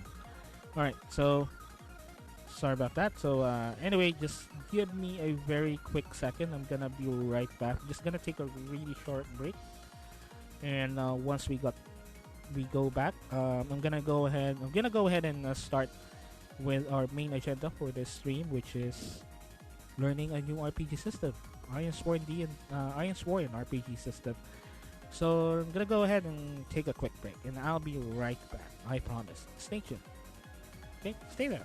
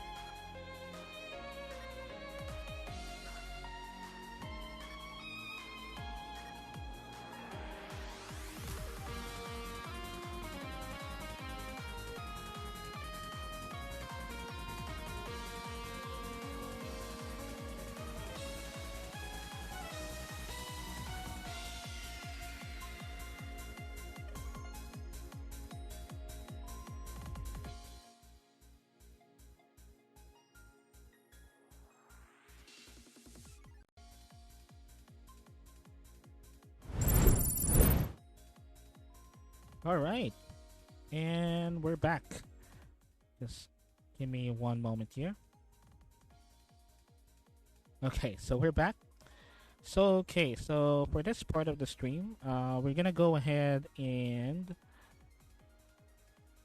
switch to our main agenda for the stream, which is basically learning a new RPG system. Uh, just give me one moment. Let me actually do something really, really quick here. Let's see if we can do it this way.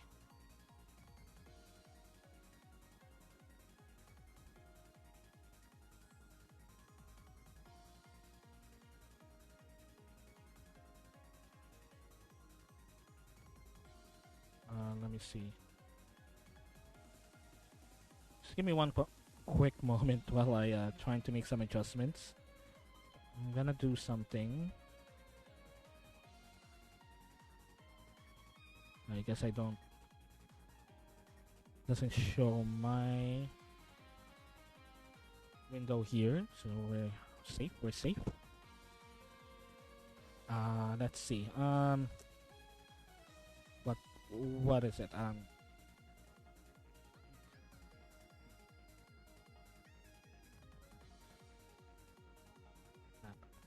Okay.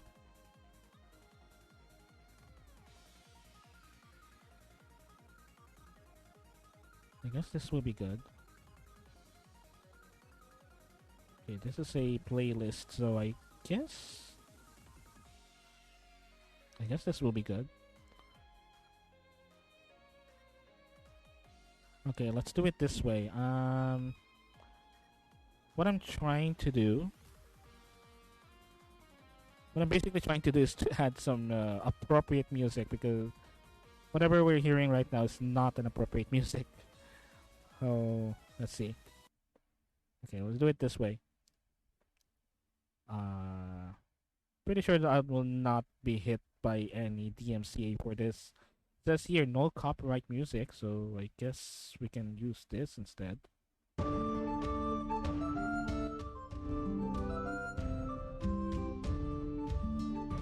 Okay, so I guess that will be a very appropriate music for what we will be doing, because what we will be doing is to adjust the volume first.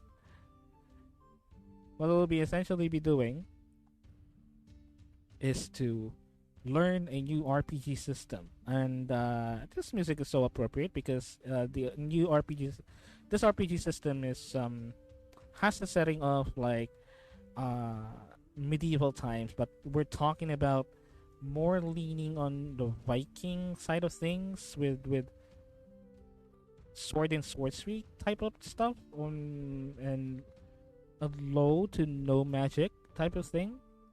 But it's still medieval. It's still closer to typical fantasy role playing game.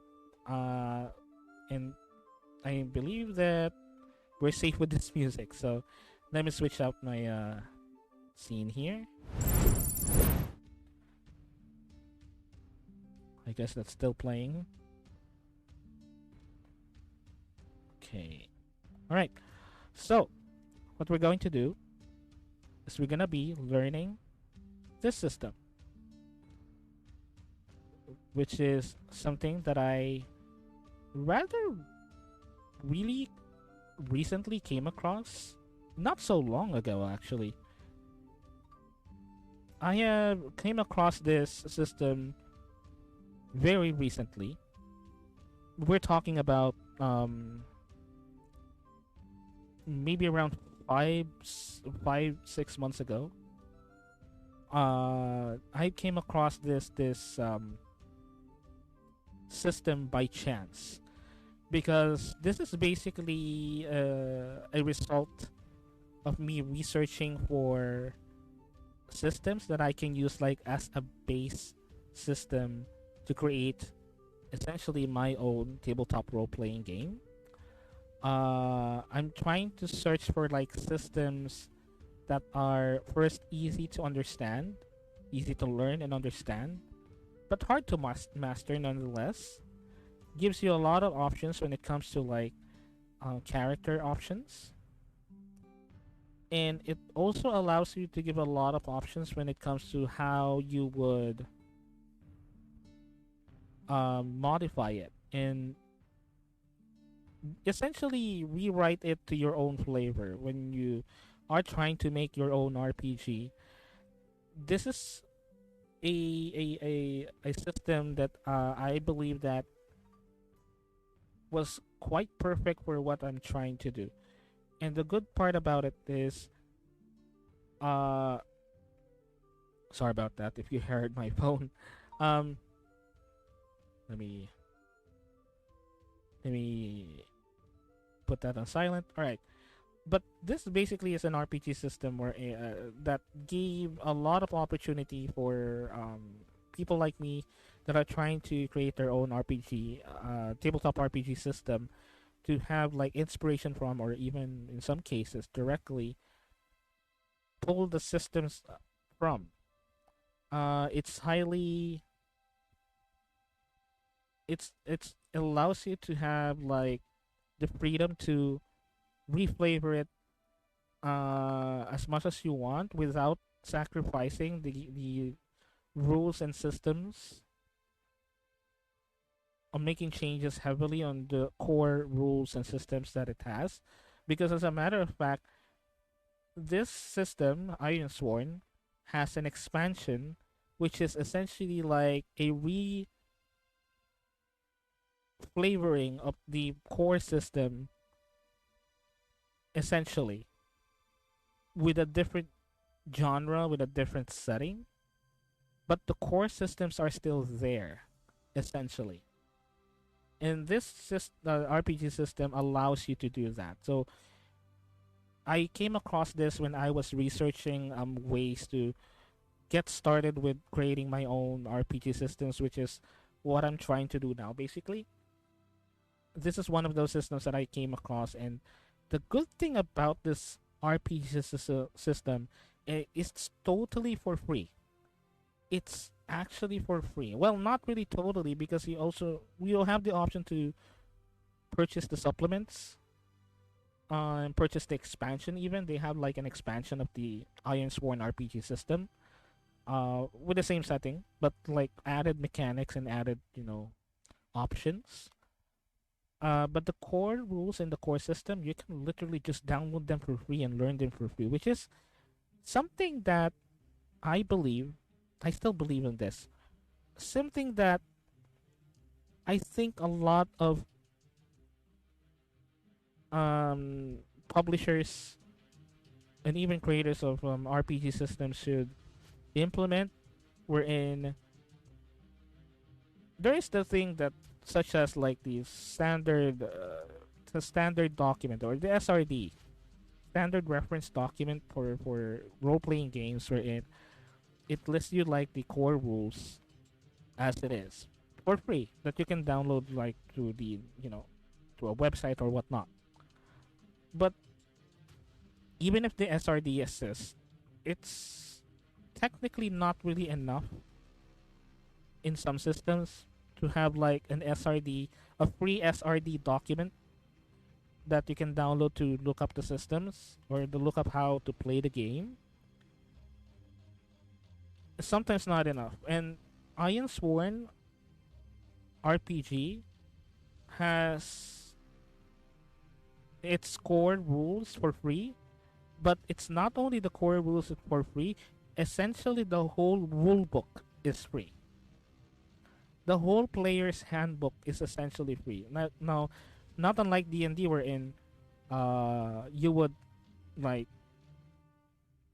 know the core rules of the game, but you still have to purchase like the player's handbook, because the player's handbook, sometimes the core rules are not enough, and the player's handbook essentially like provides you with rules that you actually need to learn, but you can only learn it through the player's handbook itself. Or if your DM is generous, you can either borrow a player's handbook from them, or have them explain to you the rules further. But I understand that there are some people who like to read the rules more than to be explained the rules more. So what I love about the Iron Sworn RPG system is the core rule book itself, the player's handbook, that is, which gives you all the detailed rules and mechanics of the game, as well as even the setting of the game itself, the lore of the game, is already included in that book, which you can download and read for free. And the only thing that they're really selling out is the expansion pack, wherein it's a totally optional supplementary book. We just have like extra mechanics on it, extra options and whatnot, and extra rules for certain situations. Um, but it is not like totally required for you to buy. It's just something there that you can add to your as a supplement to the core rule book, which is free again. But you don't have to buy it. You don't have to buy it. You can already play Iron Sworn RPG as it is through the free downloads that they have. And I think that is so helpful, especially for newer players and even veteran players like me, the veteran dungeon masters, to have like this supplement that is essentially for free, that I have everything that I need as if I actually purchased a like a core rule book, or let's say D&D and whatnot. And I really love how the system made for that. And I I actually tagged the creator on Twitter about this stream, because credits where credits due. Give credit where credit is due, basically. Uh, but I actually tagged the creator of the system on Twitter, and I wanted to extend my appreciation for not reacting negatively on what I'm about to do, which is basically showing the system on stream. So thank you too. Just give me one moment. I remember his name is Sean. Well, his name is on the bottom of the website. I remember. Give me one moment. A huge thanks for Sean Tompkin. Let me show his Twitter here. I haven't really followed him, so I'm gonna give him a follow. Okay. So this is his Twitter, Sean Tompkin. He's basically the creator of this system, the Iron Sworn tabletop role playing game. Uh, so go ahead and follow his Twitter here. And again, I haven't really properly asked for permission about this, but I did tag him on Twitter to credit for his work. And I do appreciate you, well, essentially, technically allowing me to have this on stream and to show people what this RPG is all about, and trying to learn the RPG along with chat, along with you guys. So thank you so much, Sean Tompkin, for the for allowing me to do this one. And I would actually love to.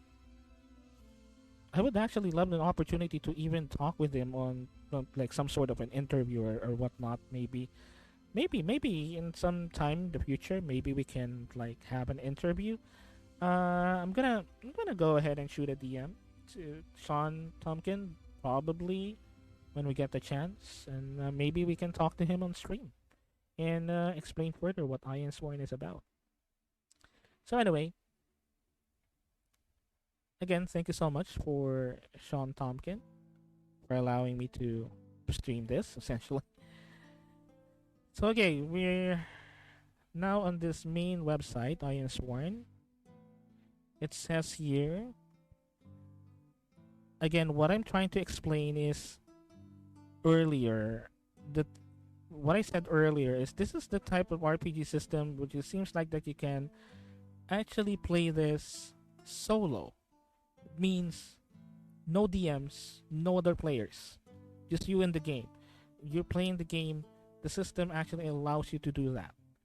It's unlike a lot of systems out there wherein you need like a DM to play the game, and it's for multiple players mostly. But this is one of those type of RPGs where you can actually play by yourself, and the core rules are systems are designed to do that. But the good thing about it also is you can also play it cooperatively without a DM. So you have like a friend that doesn't also DM, or it doesn't know how to like run a game as a dungeon master or a game master. You can play this with them as both characters, as both player characters, I guess. So again, without a DM, you can also play this with a friend or someone else. And guided play is definitely for the traditional RPG setting or RPG session wherein you have numerous players and there's a dungeon master that runs it. So it's called guided play here. So, but essentially, it's that you have several players and you have the dungeon master guiding you as you play. Or yeah. So this is basically like a system that is designed on that. So it says here free download. So we're gonna be checking that out later. So they give you an option to buy the print edition, and I guess this is one of the things that they have as a monetization option, like a profitable option that you can get the free 270 page. That's a lot of pages. We're gonna just skim it later, just have a check out. You can have the 270 page rulebook digitally for free, but they give you an option to buy the print edition, the actual physical book edition, which is actually a good way to monetize this, you know, because there are people that like to have like the physical book on their hand instead of like the digital one. Although I prefer the digital version, you know, because physical books can be, lost, or if someone like borrowed the book from you and they didn't actually give it back to you, which did happen to me before. Uh, okay, it's a good option. So this is, I believe, Iron Sworn Delve. This is, I believe, the expansion, because but this is like a paid expansion for the Iron Sworn game. But the thing is, this is only an expansion, so uh, this is like, if you don't buy it, that's perfectly fine. You can just go with the free version. But this one gives you an option to purchase this as an expansion for new options, new tools, and whatnot. And this is what I'm talking about earlier. Like, this is like a version in space. The same system, but a version in space. And this is a paid one as well. But I believe that it has like almost the same rules as Iron Sworn, but with like extra options because it's based on space. So yeah. So we're gonna go ahead and look at the downloads here.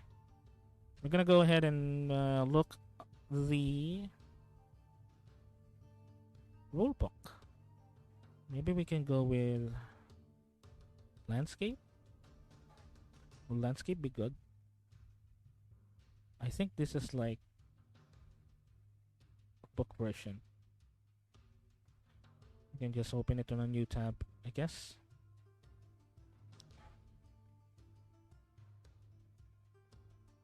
Yep, it downloads because it's a PDF file, I guess. Yeah, it's a PDF file. It will download, but we'll open it up here. Hopefully, it's big enough on stream. Let me check if we can read this properly. Maybe I can zoom it a little bit. Okay.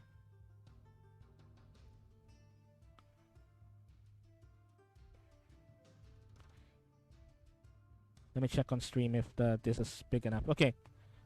I guess this is big enough.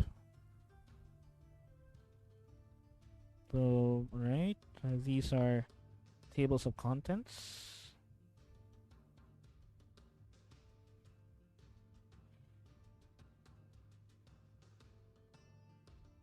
Okay, the basics. So here we go.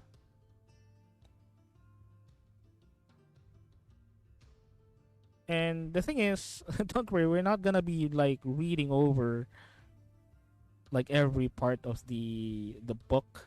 This is 270 pages, and I don't want to read them all. We're just gonna skim through. As a matter of fact, here's what we're going to do. I seen something here, which is basically the rules summary. Wait, what the hell is that? Just give me one moment.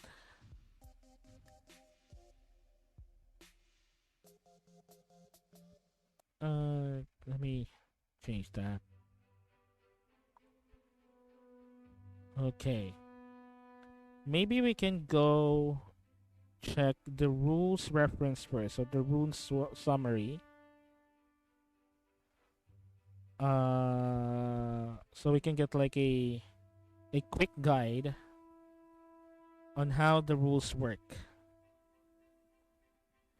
And maybe we can go over like the character creation options later, and whatnot. Or maybe we can like have something checked on the rule summary, and then we can check it on the book itself to where like a little bit more explanation.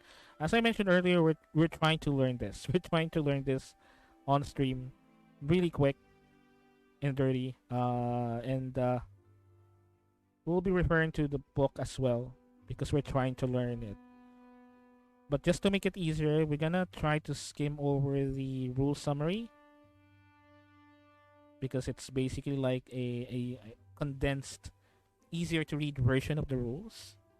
And then maybe we can look that one up further on the rule book itself because we have the rule book also here. Let me make that big as well. Because we're not going, of course, we're not going over the whole book. We're not gonna be reading over every page. We're just gonna go to like some pages of the book so we can have like a better context of whatever we're looking at, especially the rules. Okay.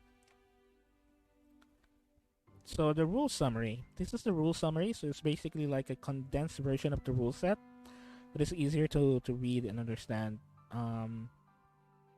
It's a one pager, so this is probably meant, or this is definitely meant to be given to players as a reference guide for the rule set.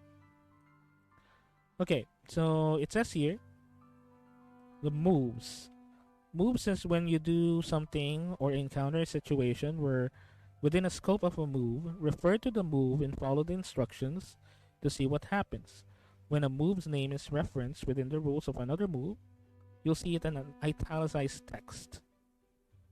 So, from what I understand, and just to give you a disclaimer, I've already skimmed this really quick because again, this is something that I just came across when I was researching. This is just something that I just came across as a system that I can use for my own, system. So I already skimmed through this really quickly though. So we're still trying to learn it together. But what I understand about moves is they're basically actions that you can do. And if an action that you're trying to do is matching with one of the move cards, which basically describing the action that you do and the outcome that will happen depending on how much you rolled, you will either have to do something or something will happen. That's my understanding about it. So we're gonna go ahead and actually go with the rules. With moves. So what is the let me check on the oh, these are the moves list. So chapter 3 is moves. 49. Hopefully okay, this is not so we're following the actual page on the actual page number. Oh, I recognize this music. Skyrim. So these are moves. Okay, moves. Okay, making moves. Moves help you decide what happens when you do something risky or uncertain, and they resolve various fictional and mechanical situations. There is a move for most common actions and scenes you will portray in Ironsworn. When you do something or encounter a situation within the scope of a move, refer to the move and follow its instructions and see what happens. So yeah, basically moves are basically actions. If an action that you're trying to do is matching with a move, you would need to refer to that move, and whatever you roll would determine what will happen based on how successful you are or how failed you are with basically the move itself. So, for example, you're trying to like let's say investigate something, you would refer to the investigate move, which is I think it's here. Oh, that's equipment and move. So let's go ahead and check. Oh, that's space danger. Yeah, gather information. So if you're trying to like investigate something, the closest move card that you would need to refer to is gather information. So this is the instruction. When you search an area, ask questions, conduct an investigation, which we said here, it matches, or follow a track, roll plus wits. If you act within a community or ask questions of a person whom you share the bond, add +1. So this is basically what I'm talking about whenever I said what I said earlier, that you can actually run this without a DM, because basically what you call it, if basically this is a DM's job to tell you this text right here is basically what your DM tells you, you know, that's what you need to do. You need to roll blah blah blah, you need to roll this plus wits. So basically, for example, in D&D terms, if let's say your character decides to investigate something, or investigate, let's say, a room, your DM would usually ask you, okay, roll an investigation check for that. So if you don't know, investigation check is basically intelligence plus your modifier, your intelligence modifier plus your proficiency bonus, whatnot. So it's basically that. So it's essentially that your DM telling you what to roll in terms of that action that you're trying to do, and with that roll we'll see if you are successful or not with what you're trying to do, or what you found out, depending on how high or how low you roll. So this is essentially that. But I think what they did here with Ironsworn is they have this rule called moves, wherein it tells you what to roll, and depending on how you rolled, or how high or how low you rolled, you will get different results. And it's basically a generalized version of the result, what the result would be. So yeah, this is something that even if you don't have a DM, it seems like that you can play the system on your own, basically. So that's moves. So we're gonna go ahead and refer to the dice roll system, how they do the dice roll system here. Okay, the action roll. Roll your action dice in challenge dice. The total of your action dice, your stat, and any adds is your action score. Your action score is never greater than 10. Anything over that is ignored. So your action dice is basically based on your stats and bonuses plus the action dice, which is a d6. And your action score needs to be greater than the challenge dice to be successful. So that's what I understand on this one. The challenge dice is 2d10. The total of your action dice is that, your action score is never greater than 10. Anything over that is ignored. So in this example, they rolled a 2, but they have their like related stat, which is, if we go back here to this move, for example, gather information, you have to do an action roll adding your wits score. And if you're acting within a community or ask questions of a person with whom you share a bond, add +1. So your wit score, and then you add that +1 if you are on that situation, that will be your action score. So he got a 5 right there. Now, it should be action score is greater than both of the challenge dice. So if this action score, I think they made some kind of a mistake here. This should be reversed, because it says here greater than, and this is less than. So I think this should have some changes here. So okay, so considering that rule, this 7 should be the success and this 4 should be the fail. So if you rolled greater than... Oh, okay, I see. I'm sorry. Take that back. They actually are correct here. If you rolled a 5 and you rolled a 4 and the D10, your action score is greater than the challenge dice. Okay, I am dumb. So yeah, this is correct. So this is a success because you rolled greater than the challenge dice, but you rolled lesser than the challenge dice here on the second challenge dice. So this gives you a weak hit. Okay. So if we go back to the moves, depending on how successful you are or how failed you are with your rolls, that will determine the outcome of whatever that you're doing and the effect. So it says here for a strong hit, it's a strong hit if the action is greater than both of the challenge dice. So let's say they rolled a 5 here and these rolled, let's say, a 4 and a 3. They will get a strong hit.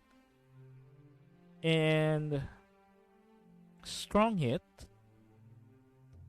let's say we use this gather information move. We'll check what happens on a strong hit. On a strong hit, you discover something helpful and specific. The path you must follow or action you must take to make progress is made clear. Envision what you learn, ask the oracle if unsure, and take +2 momentum. So if you are successful on both dice, on both the challenge dice, you'll discover something helpful and specific. The path you must follow or action you must take to make progress is made clear. So whatever you're gathering in an investigation, whatever information that you're gathering, you get it and you get more. You get it with no problem at all. And you are very clear on what you need to do next, or it's very clear what you are looking for. You were able to actually find it easily. and you'll get +2 momentum, which is something that we will look up later. So, okay. So that's on a strong hit. That means you were able to roll greater than both of the challenge dice. This is from what I understand. Okay. Again, when I was looking up this one and trying to like learn it on my own, it's actually quite easy because this is one of the things that I realized that this is an easy system to learn because you don't really have to look up like so many dice rolls. You don't have to look up so many like stats and ability and numbers and whatnot to even know that if you're like successful or not. And again, this is something that you can even roll on your own if you're playing solo. And I guess this one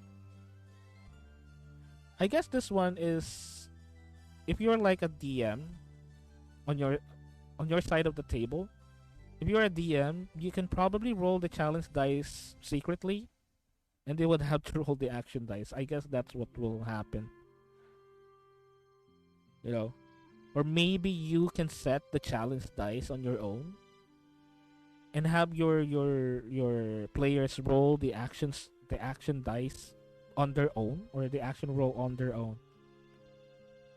Without relying on the challenge dice, you can just set the challenge, on your own.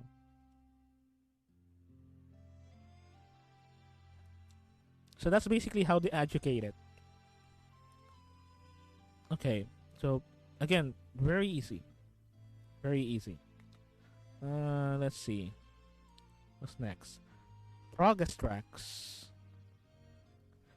When you move tells you to mark progress, fill the appropriate number of ticks in progress boxes per the rank of your challenge. So let me take a look on progress tracks. It's 14. Okay. Go to 14.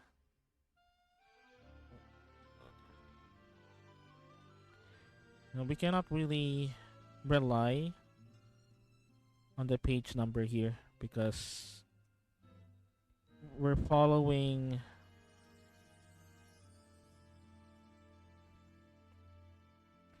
the what do you call it?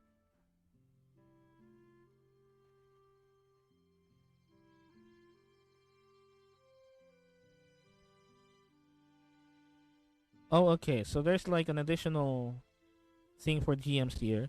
If you are playing as a GM, you can focus on guiding the game and responding to your players' questions and actions. Since NPCs don't make moves, you won't need to make action rolls. However, you might have a pair of D10s available for oracle rolls. Okay.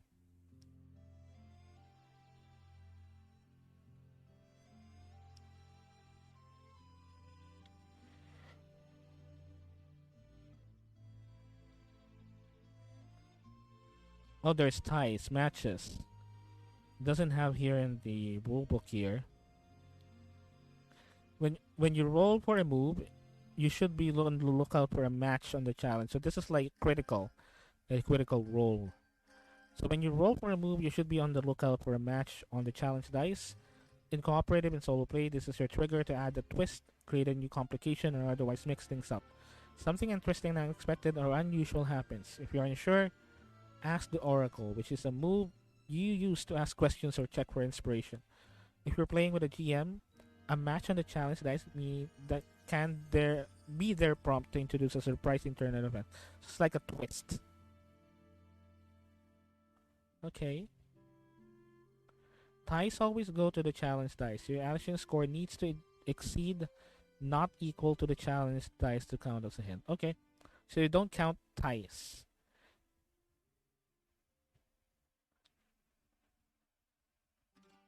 For your challenge dice, for your action dice to be successful, action rolls to be successful, you have to roll higher. So ties or equals doesn't count. I guess you won't have to re-roll it. I think depending on the GM or depending on you rather. Maybe you need to either re-roll it or take it as a fail. Maybe. So let's see.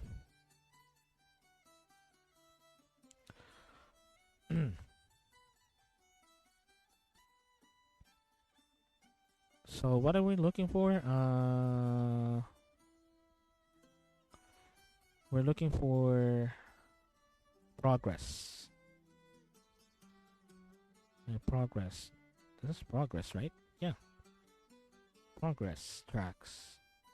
Okay, so a progress track is used to measure your pace and determine the outcome of a goal or challenge in specific situations. Okay, so this is like, yeah, it's basically a progress tracker. How close you are to your progress, I guess.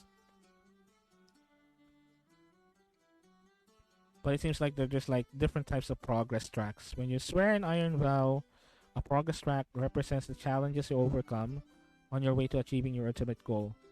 When you undertake a journey, a progress track represents how far you've gone and how favorable the travel has been. When you enter the fray, a progress track represents your advantage as you weaken or wound your foes in combat. When you establish a new relationship with a character in your world and forge a bond, you mark your bond on a progress track. Okay, so this is like this. Yeah. When a move tells you to mark progress, fill in the appropriate number of ticks or progress box per the rank of your challenge. When you inflict harm on your foe in combat, each point of harm is marked as a progress on your foe's progress track per their rank. So this also works as like an HP counter for creatures, for for enemies. When you successfully forge a bond, mark one tick on your bond progress track. So okay.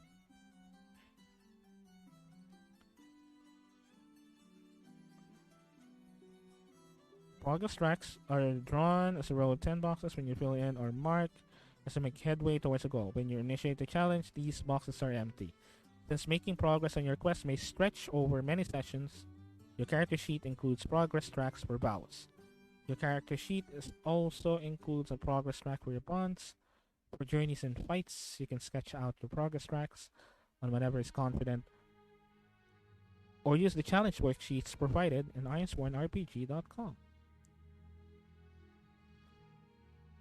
So it's basically, it's literally a progress tracker.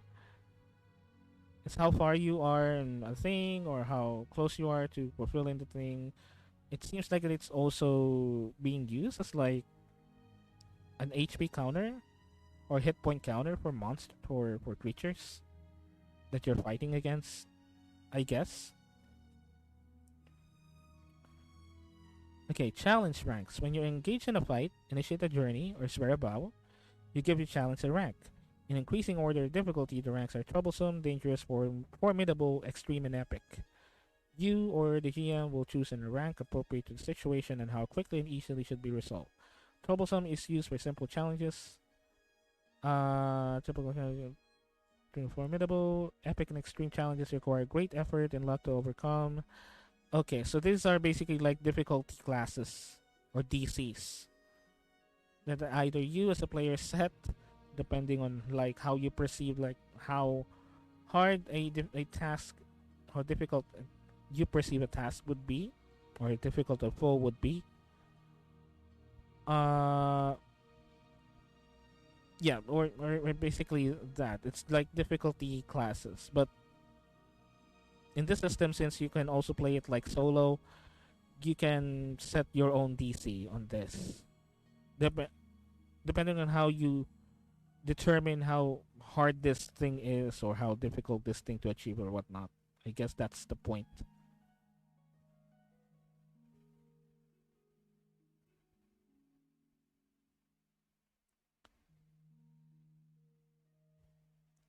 Okay, challenge ranks. Marking progress. You will perform specific moves to advance towards your goal. For example, if you travel across perilous lands, you undertake a journey and mark progress when you successfully reach waypoints on your travel. So the moves also let you know, the move cards also let you know if you need to mark like a progress on your progress track. And it also tells you how many progress you need to tick if you make like if you reach like a certain waypoint. So I guess the harder the journey, or the longer the journey, probably the less frequent you tick the waypoints. So I guess that's how it works.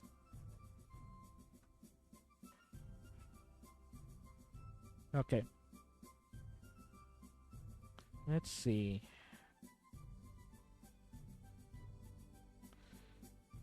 What else we can do here? Yeah, this is like ticks.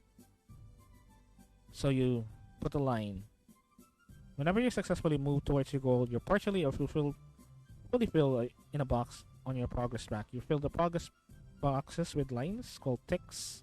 So this are the lines then. A full progress box consists of 4 ticks in a star-shaped pattern. When a move tells you to mark progress, fill in the appropriate number of ticks or progress boxes based on the rank of the challenge. Okay, so yeah, it says here 1 tick.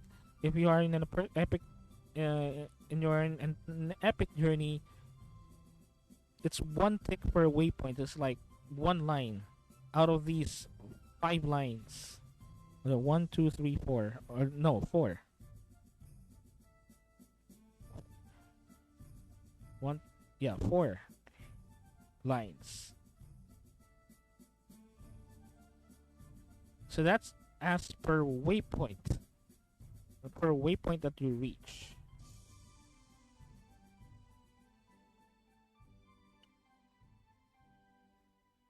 Yeah, and that even depends on, well, that actually depends on how successful you know, how successful you are on your action rolls.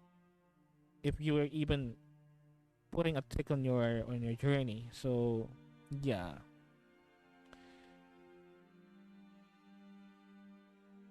So if the journey is like troublesome, not really easy but not really hard, I guess. For each waypoint that you reach, for a successful move undertake your journey that you make, you trick you fill out 3 progress. And you have like 10 boxes here that you need to fill in or mark. And you need to fill like all of these with this star pattern to be able to complete, I guess, the progress that you're trying to do. Okay, so that's making progress. Progress moves.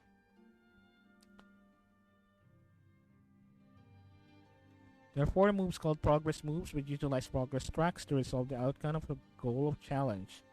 To resolve a quest, fulfill your vow. So these are moves that involve progress moves. To decide the outcome of a combat and the fight, when you retire from life as Ironsworn, write your epilogue.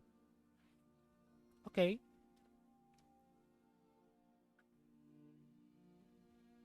So these are like, it just basically keeps track of your progress and how far or how close you are to like reaching your goal with whatever, whether it's like a short-term goal or a long-term goal. It's basically just gives you a guide on how close you are, which is something that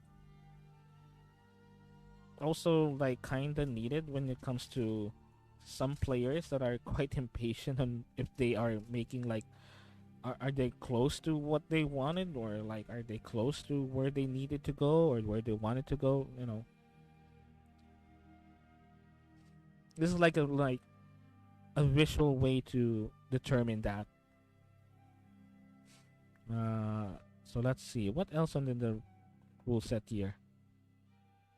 Yeah, this one, progress moves. Your progress score equals +1 for every filled progress box or ticks. Roll your challenge dice and compare it to your progress score. Ignore momentum when making a progress move. So you determine if you even go make a progress by making a progress roll. So you don't even know if you'll be able to progress or not. It really depends on how high your progress score is. Matches. When you roll a match on your challenge dice, yeah, this is what I'm talking about matches earlier, the matching numbers.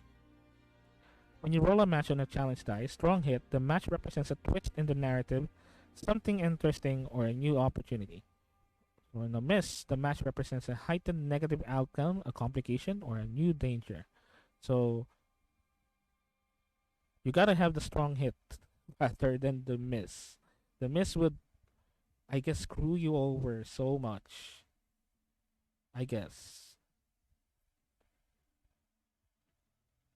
Oracles. Ask the Oracle when you have a question in solo or co-op games to provide inspiration for the GM in guided play. When you're prompted by a move on an Oracle table to generate a result between 1 and 100, roll two 10-sided dice. So basically, I guess this is like the random generators. Well, not really random, but uh, yeah, kinda random generators that we usually use.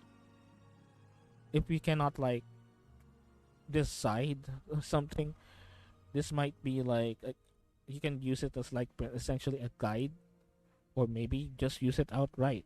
So for this example, if you're like determining like a name for a settlement, you can consult the oracle for this. So let's say you roll a 72, that's Whitefall, and you roll, let's say, a 21, High Cairn, a feature of the landscape, a man-made edifice, a creature. So yeah, these are basically um boards, random tables. This is very useful if you are playing solo, basically. So yeah, this is very very useful when you're playing solo, because you can like quickly come up with NPCs, quickly come up with settlement names and whatnot, which is something that we also use in D&D basically. So those are oracles, and it seems like that some moves will actually uh instructed to ask the oracle at certain points. Momentum. Burning momentum. You may cancel any challenge dice which are less than your momentum value. After you burn your momentum, you must reset. So momentum is basically re-rolling challenge dice.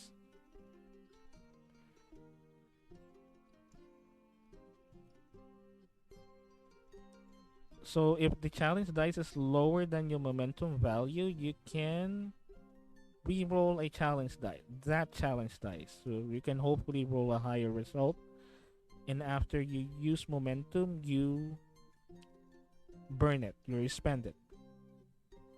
You will reset to like low momentum. Resetting momentum. The default reset is +2. So you always start with +2. One debility mark, your momentum resets is +1. Okay, so you have, I think if you have like one injury or one debilitating condition, you start at +1 instead. More than one debility mark, your momentum reset is 0. Okay. Suffering negative momentum. When your momentum is less than 0 and it matches the value on your action dice, you must cancel your action dice. Okay.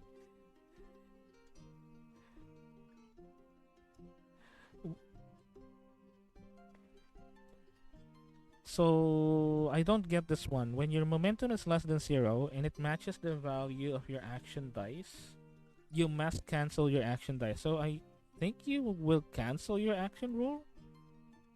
Oh, You only leave with the stat and the additions, not the action dice. You don't use that action dice. You only have like uh, the stat bonuses and the additional bonuses, I guess.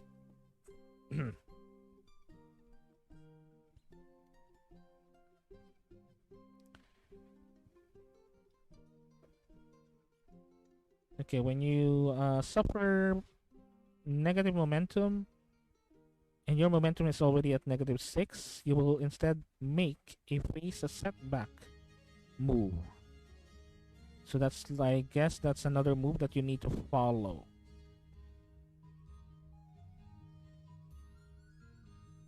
Suffering harm and stress. When you face mental shock and despair, make the endure stress move. When you face physical injury or hardship, make the endure harm move. So what's its endure stress? Let's look up endure stress then. What is it? It's moves. Adventure moves. What is it again? Endure stress. Let's search for endure stress here. Maybe I can do like this. Endure stress.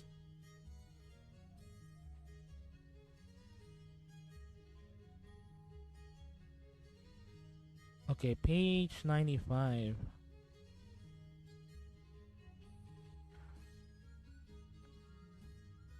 It's 134. We're already at 134. Okay, we're close. Okay, so here it is. Endure stress. When you face a mental shock or despair, suffer negative spirit equal to your foe's rank, or as appropriate to the situation. If your spirit is 0, suffer negative momentum equal to any remaining negative spirit. Then roll plus heart or plus spirit, whichever is higher. On a strong hit, choose one. Shake it off. Your spirit is greater than 0. Suffer -1 momentum in exchange for +1 spirit. Embrace the darkness. Take +1 momentum. On a weak hit, you press on. So, if you have like double success, you do have two options. You can either keep your momentum up in exchange for spirit, or you just get momentum. Just +1 momentum stayed up.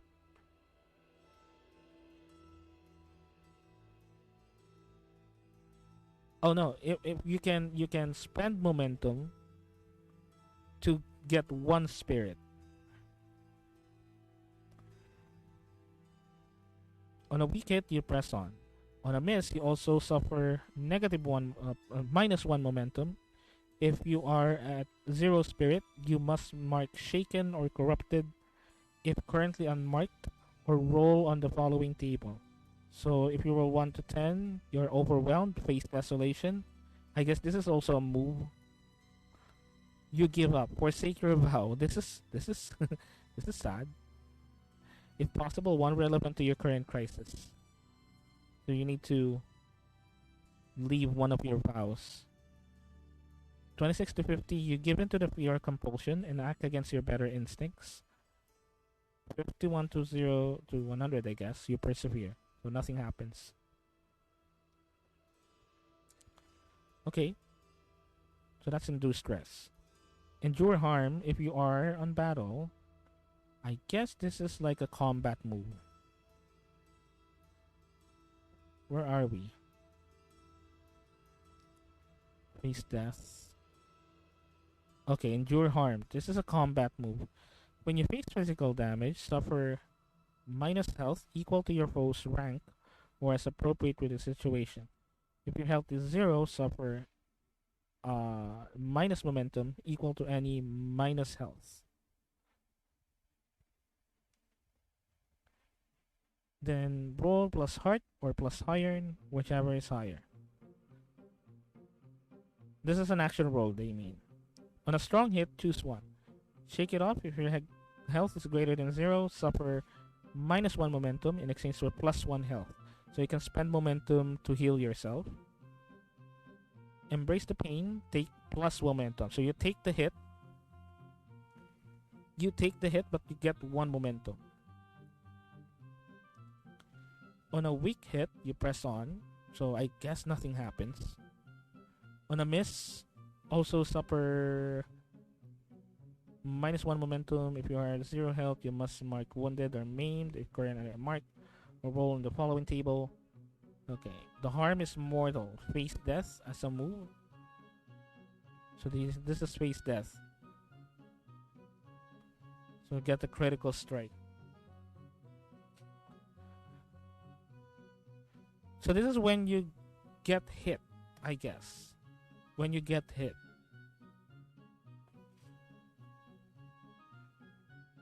You are dying. You need to heal within an hour or 2 or face death.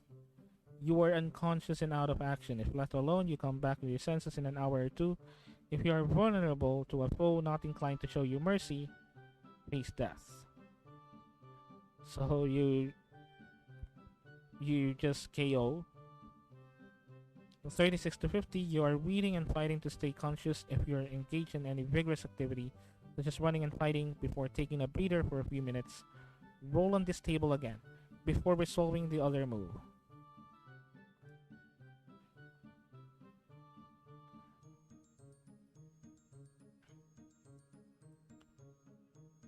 So you're just trying to fight. You're just trying to stay conscious, barely conscious, I guess. 51 to 100, you're battered but still standing. So basically nothing happens, I guess. So this is how combat... I guess this is how combat is like done here. So inflicting harm. So this is attacking, I guess. Inflicting harm. When you wield a deadly weapon such as a sword, axe, a spear, or bow, you inflict 2 harm. When you are unarmed and wield an improvised or simple weapon such as a shield, stick, club, staff, or rock, you inflict 1 harm. So, deadly weapon, sharp weapons, you inflict 2 harm. If blunt weapon, you inflict 1 harm.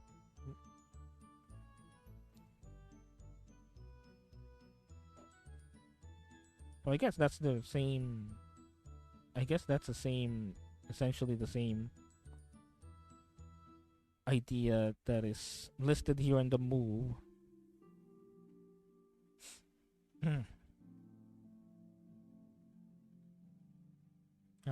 Let's see. The supper moves. This is not.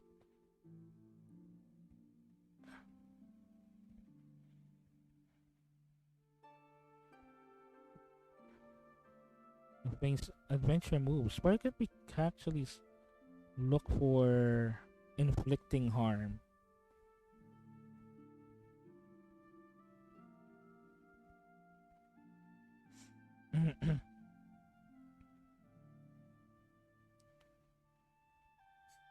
So these are like adventure moves.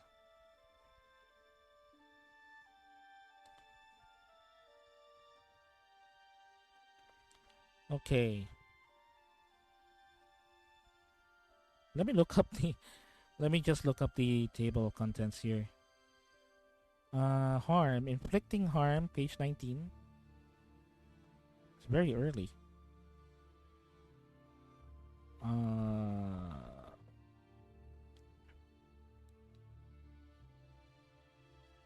Progress moves. So this is harm. Okay. Inflicting harm. Harm represents physical damage and fatigue. You inflict harm on your foes in combat, and you endure harm when you are attacked or fail to overcome a physical hazard or ordeal. So this is like combat mechanics.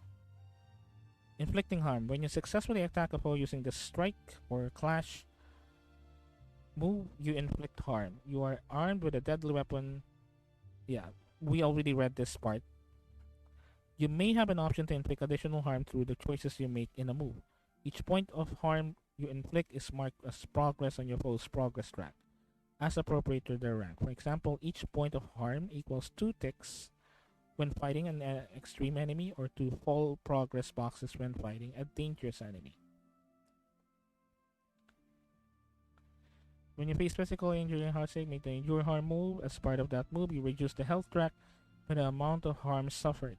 These are 5 ranks of harm. Troublesome, an attack by a minor foe. Painful injury or tiring effort.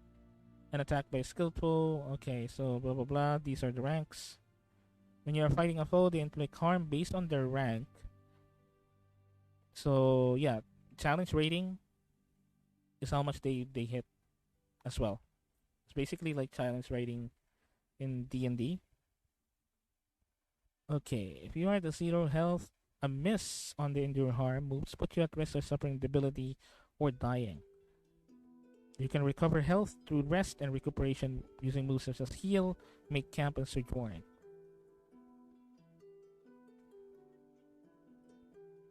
Okay, so those are like the basics of the basics with combat. I guess in this one you don't really have like so many options and skills and abilities with combat. You just either make harm or inflict harm. Inflict harm or get harmed, basically.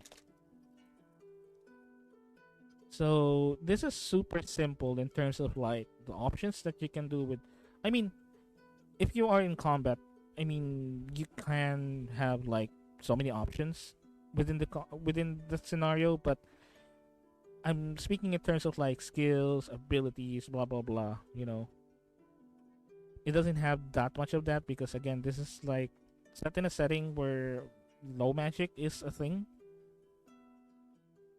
So it's not like high magic where you can cast a lot of spells and whatnot. This is something that is very simple. You either get damage or dish out damage. That's it.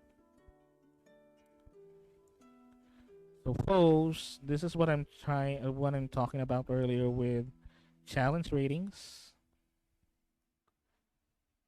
So it has like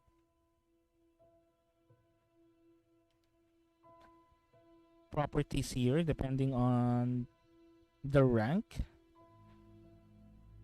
Supply. You and your allies share the same supply value. When supply falls to 0, all characters make out of supply move.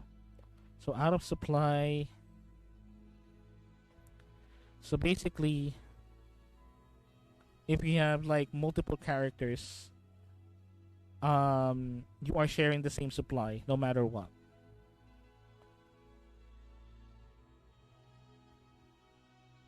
And I guess there are some moves wherein you would need to like spend the supply. Depending on how you roll, how well you roll, or how successful your roll is, you either spend an amount of supply, or you didn't spend anything at all, or you spend a large amount of supply. Companions. When you roll a 1 on your action dice using the companion ability, and a negative outcome of the move should involve your companion. When a companion suffers physical damage, make the companion endure harm move. Okay. These are about companions.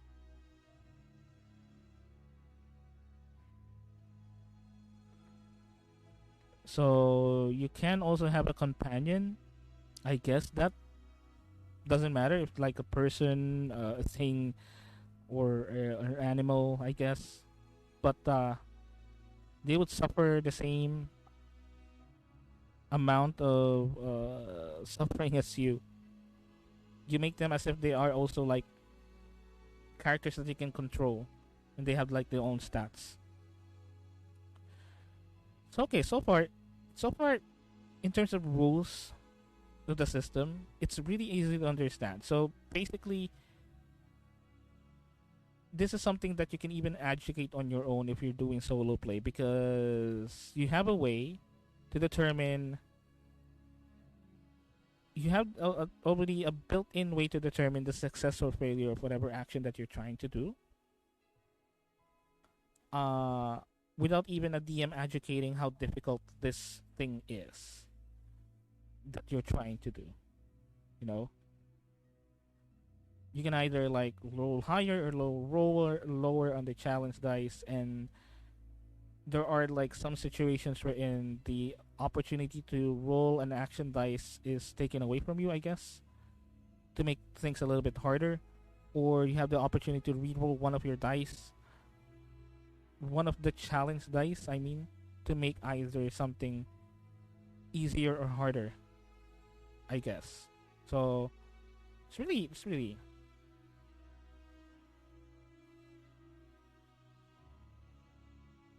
simple.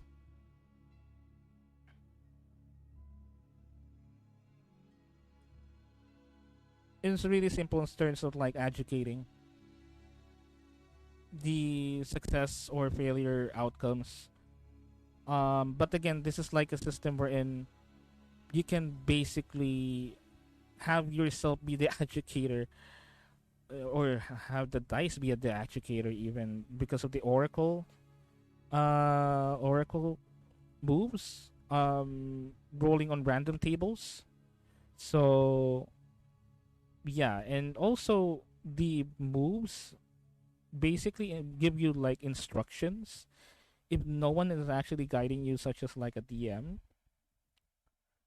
uh the moves are designed to be like a pseudo DM in some way, wherein the move cards determine what you needed to do in this situation. If you got this kind of result, you need to do this or roll that or roll this or track this. So basically the move cards are your DM. This is why you can actually run this solo, because of the way the system plays around, or the supplements of the system itself addresses like those situations wherein no one would actually guide you. The game would actually guide you all by itself.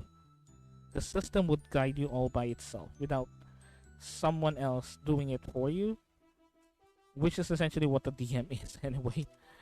uh I guess that solves a lot of like limitations when it comes to other systems that cannot be played solo. You cannot really play them solo because you yourself don't really have a way to keep yourself from being influenced by how successful you will be or how failed you will be in a certain action. Because once you know that you will definitely fail this action, you will gravitate towards like things that would make you succeed, or a way to make you more successful in that action. You know what I mean? So that's why DMs don't show their notes, because it greatly affects, or don't provide that much information on campaigns, because one, it's spoilery, and second, no matter what the players say, that no, I'll not be influenced by what I learned while peeking your notes, or uh getting like information about the campaign that you're running. No matter what, their decisions will be influenced no matter what, as soon as they get information on uh what you call it, on crucial information on the campaign that you're running, you know. And Iron Sworn is basically designed to eliminate that problem by giving you like ideas, like broad ideas on what may happen or what could happen. I feel like even though they have like these cards for instructions on how to proceed if this is the situation that happened, it's written in a generalized way that you still have to interpret it depending on the situation, or you even have the option to not take it as well, or interpret it in a way that is quite different from what you have read, but still has like the same idea. Not totally following what's written on the adventure move, on the move card, or whatever. So again, this is a system that I guess presents a lot of freedom when it comes to how you interpret like situations. So that's that. That's the basic rules basically. Again, we're not gonna be reading all of the everything here. If you want, you can go ahead and read them for yourself. Again, this is their website, ironswornrpg.com. It has a lot of free resources. The rules itself are for free. You don't need to buy anything. And you can go ahead and look it up for yourself. We just skimmed through like the basic rules. Maybe if we have some time next time, we can go ahead and probably go over like the character creation rules. We haven't really gone through that much. We only like skimmed through the basic rule set, not the character creation system for this one. So maybe next time we can do that if we have the chance. Maybe I can do that on next Monday, I guess. But we just go over like the basic rule set of what the system is and what I really liked about it. So yeah. So that's Science War. You can go ahead and download that through their website. And again, a huge thanks for Sean Tompkin for creating this RPG system. And go ahead and follow him on Twitter. Okay.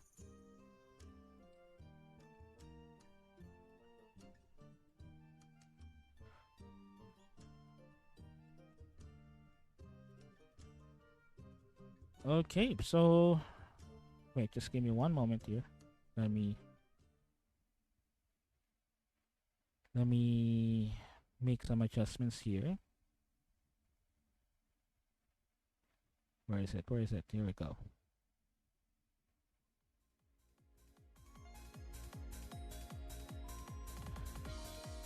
Okay, it's almost 4 hours since I started. So I guess that's that for this one. Again, thank you so much for dropping by. Thank you so much for those who watched, who just passed, passed by. Those who lurk, thank you so much. And I'll be doing this again on Wednesday, 2 p.m. EST, Eastern Standard Time. On Wednesday, I already posted the schedules, so you can go ahead and check that one out. So again, thank you so much for those who have been here, who just passed by, who just lurked, who chatted. Thank you so much for checking it out. And again, I will be seeing you next time. Bye bye.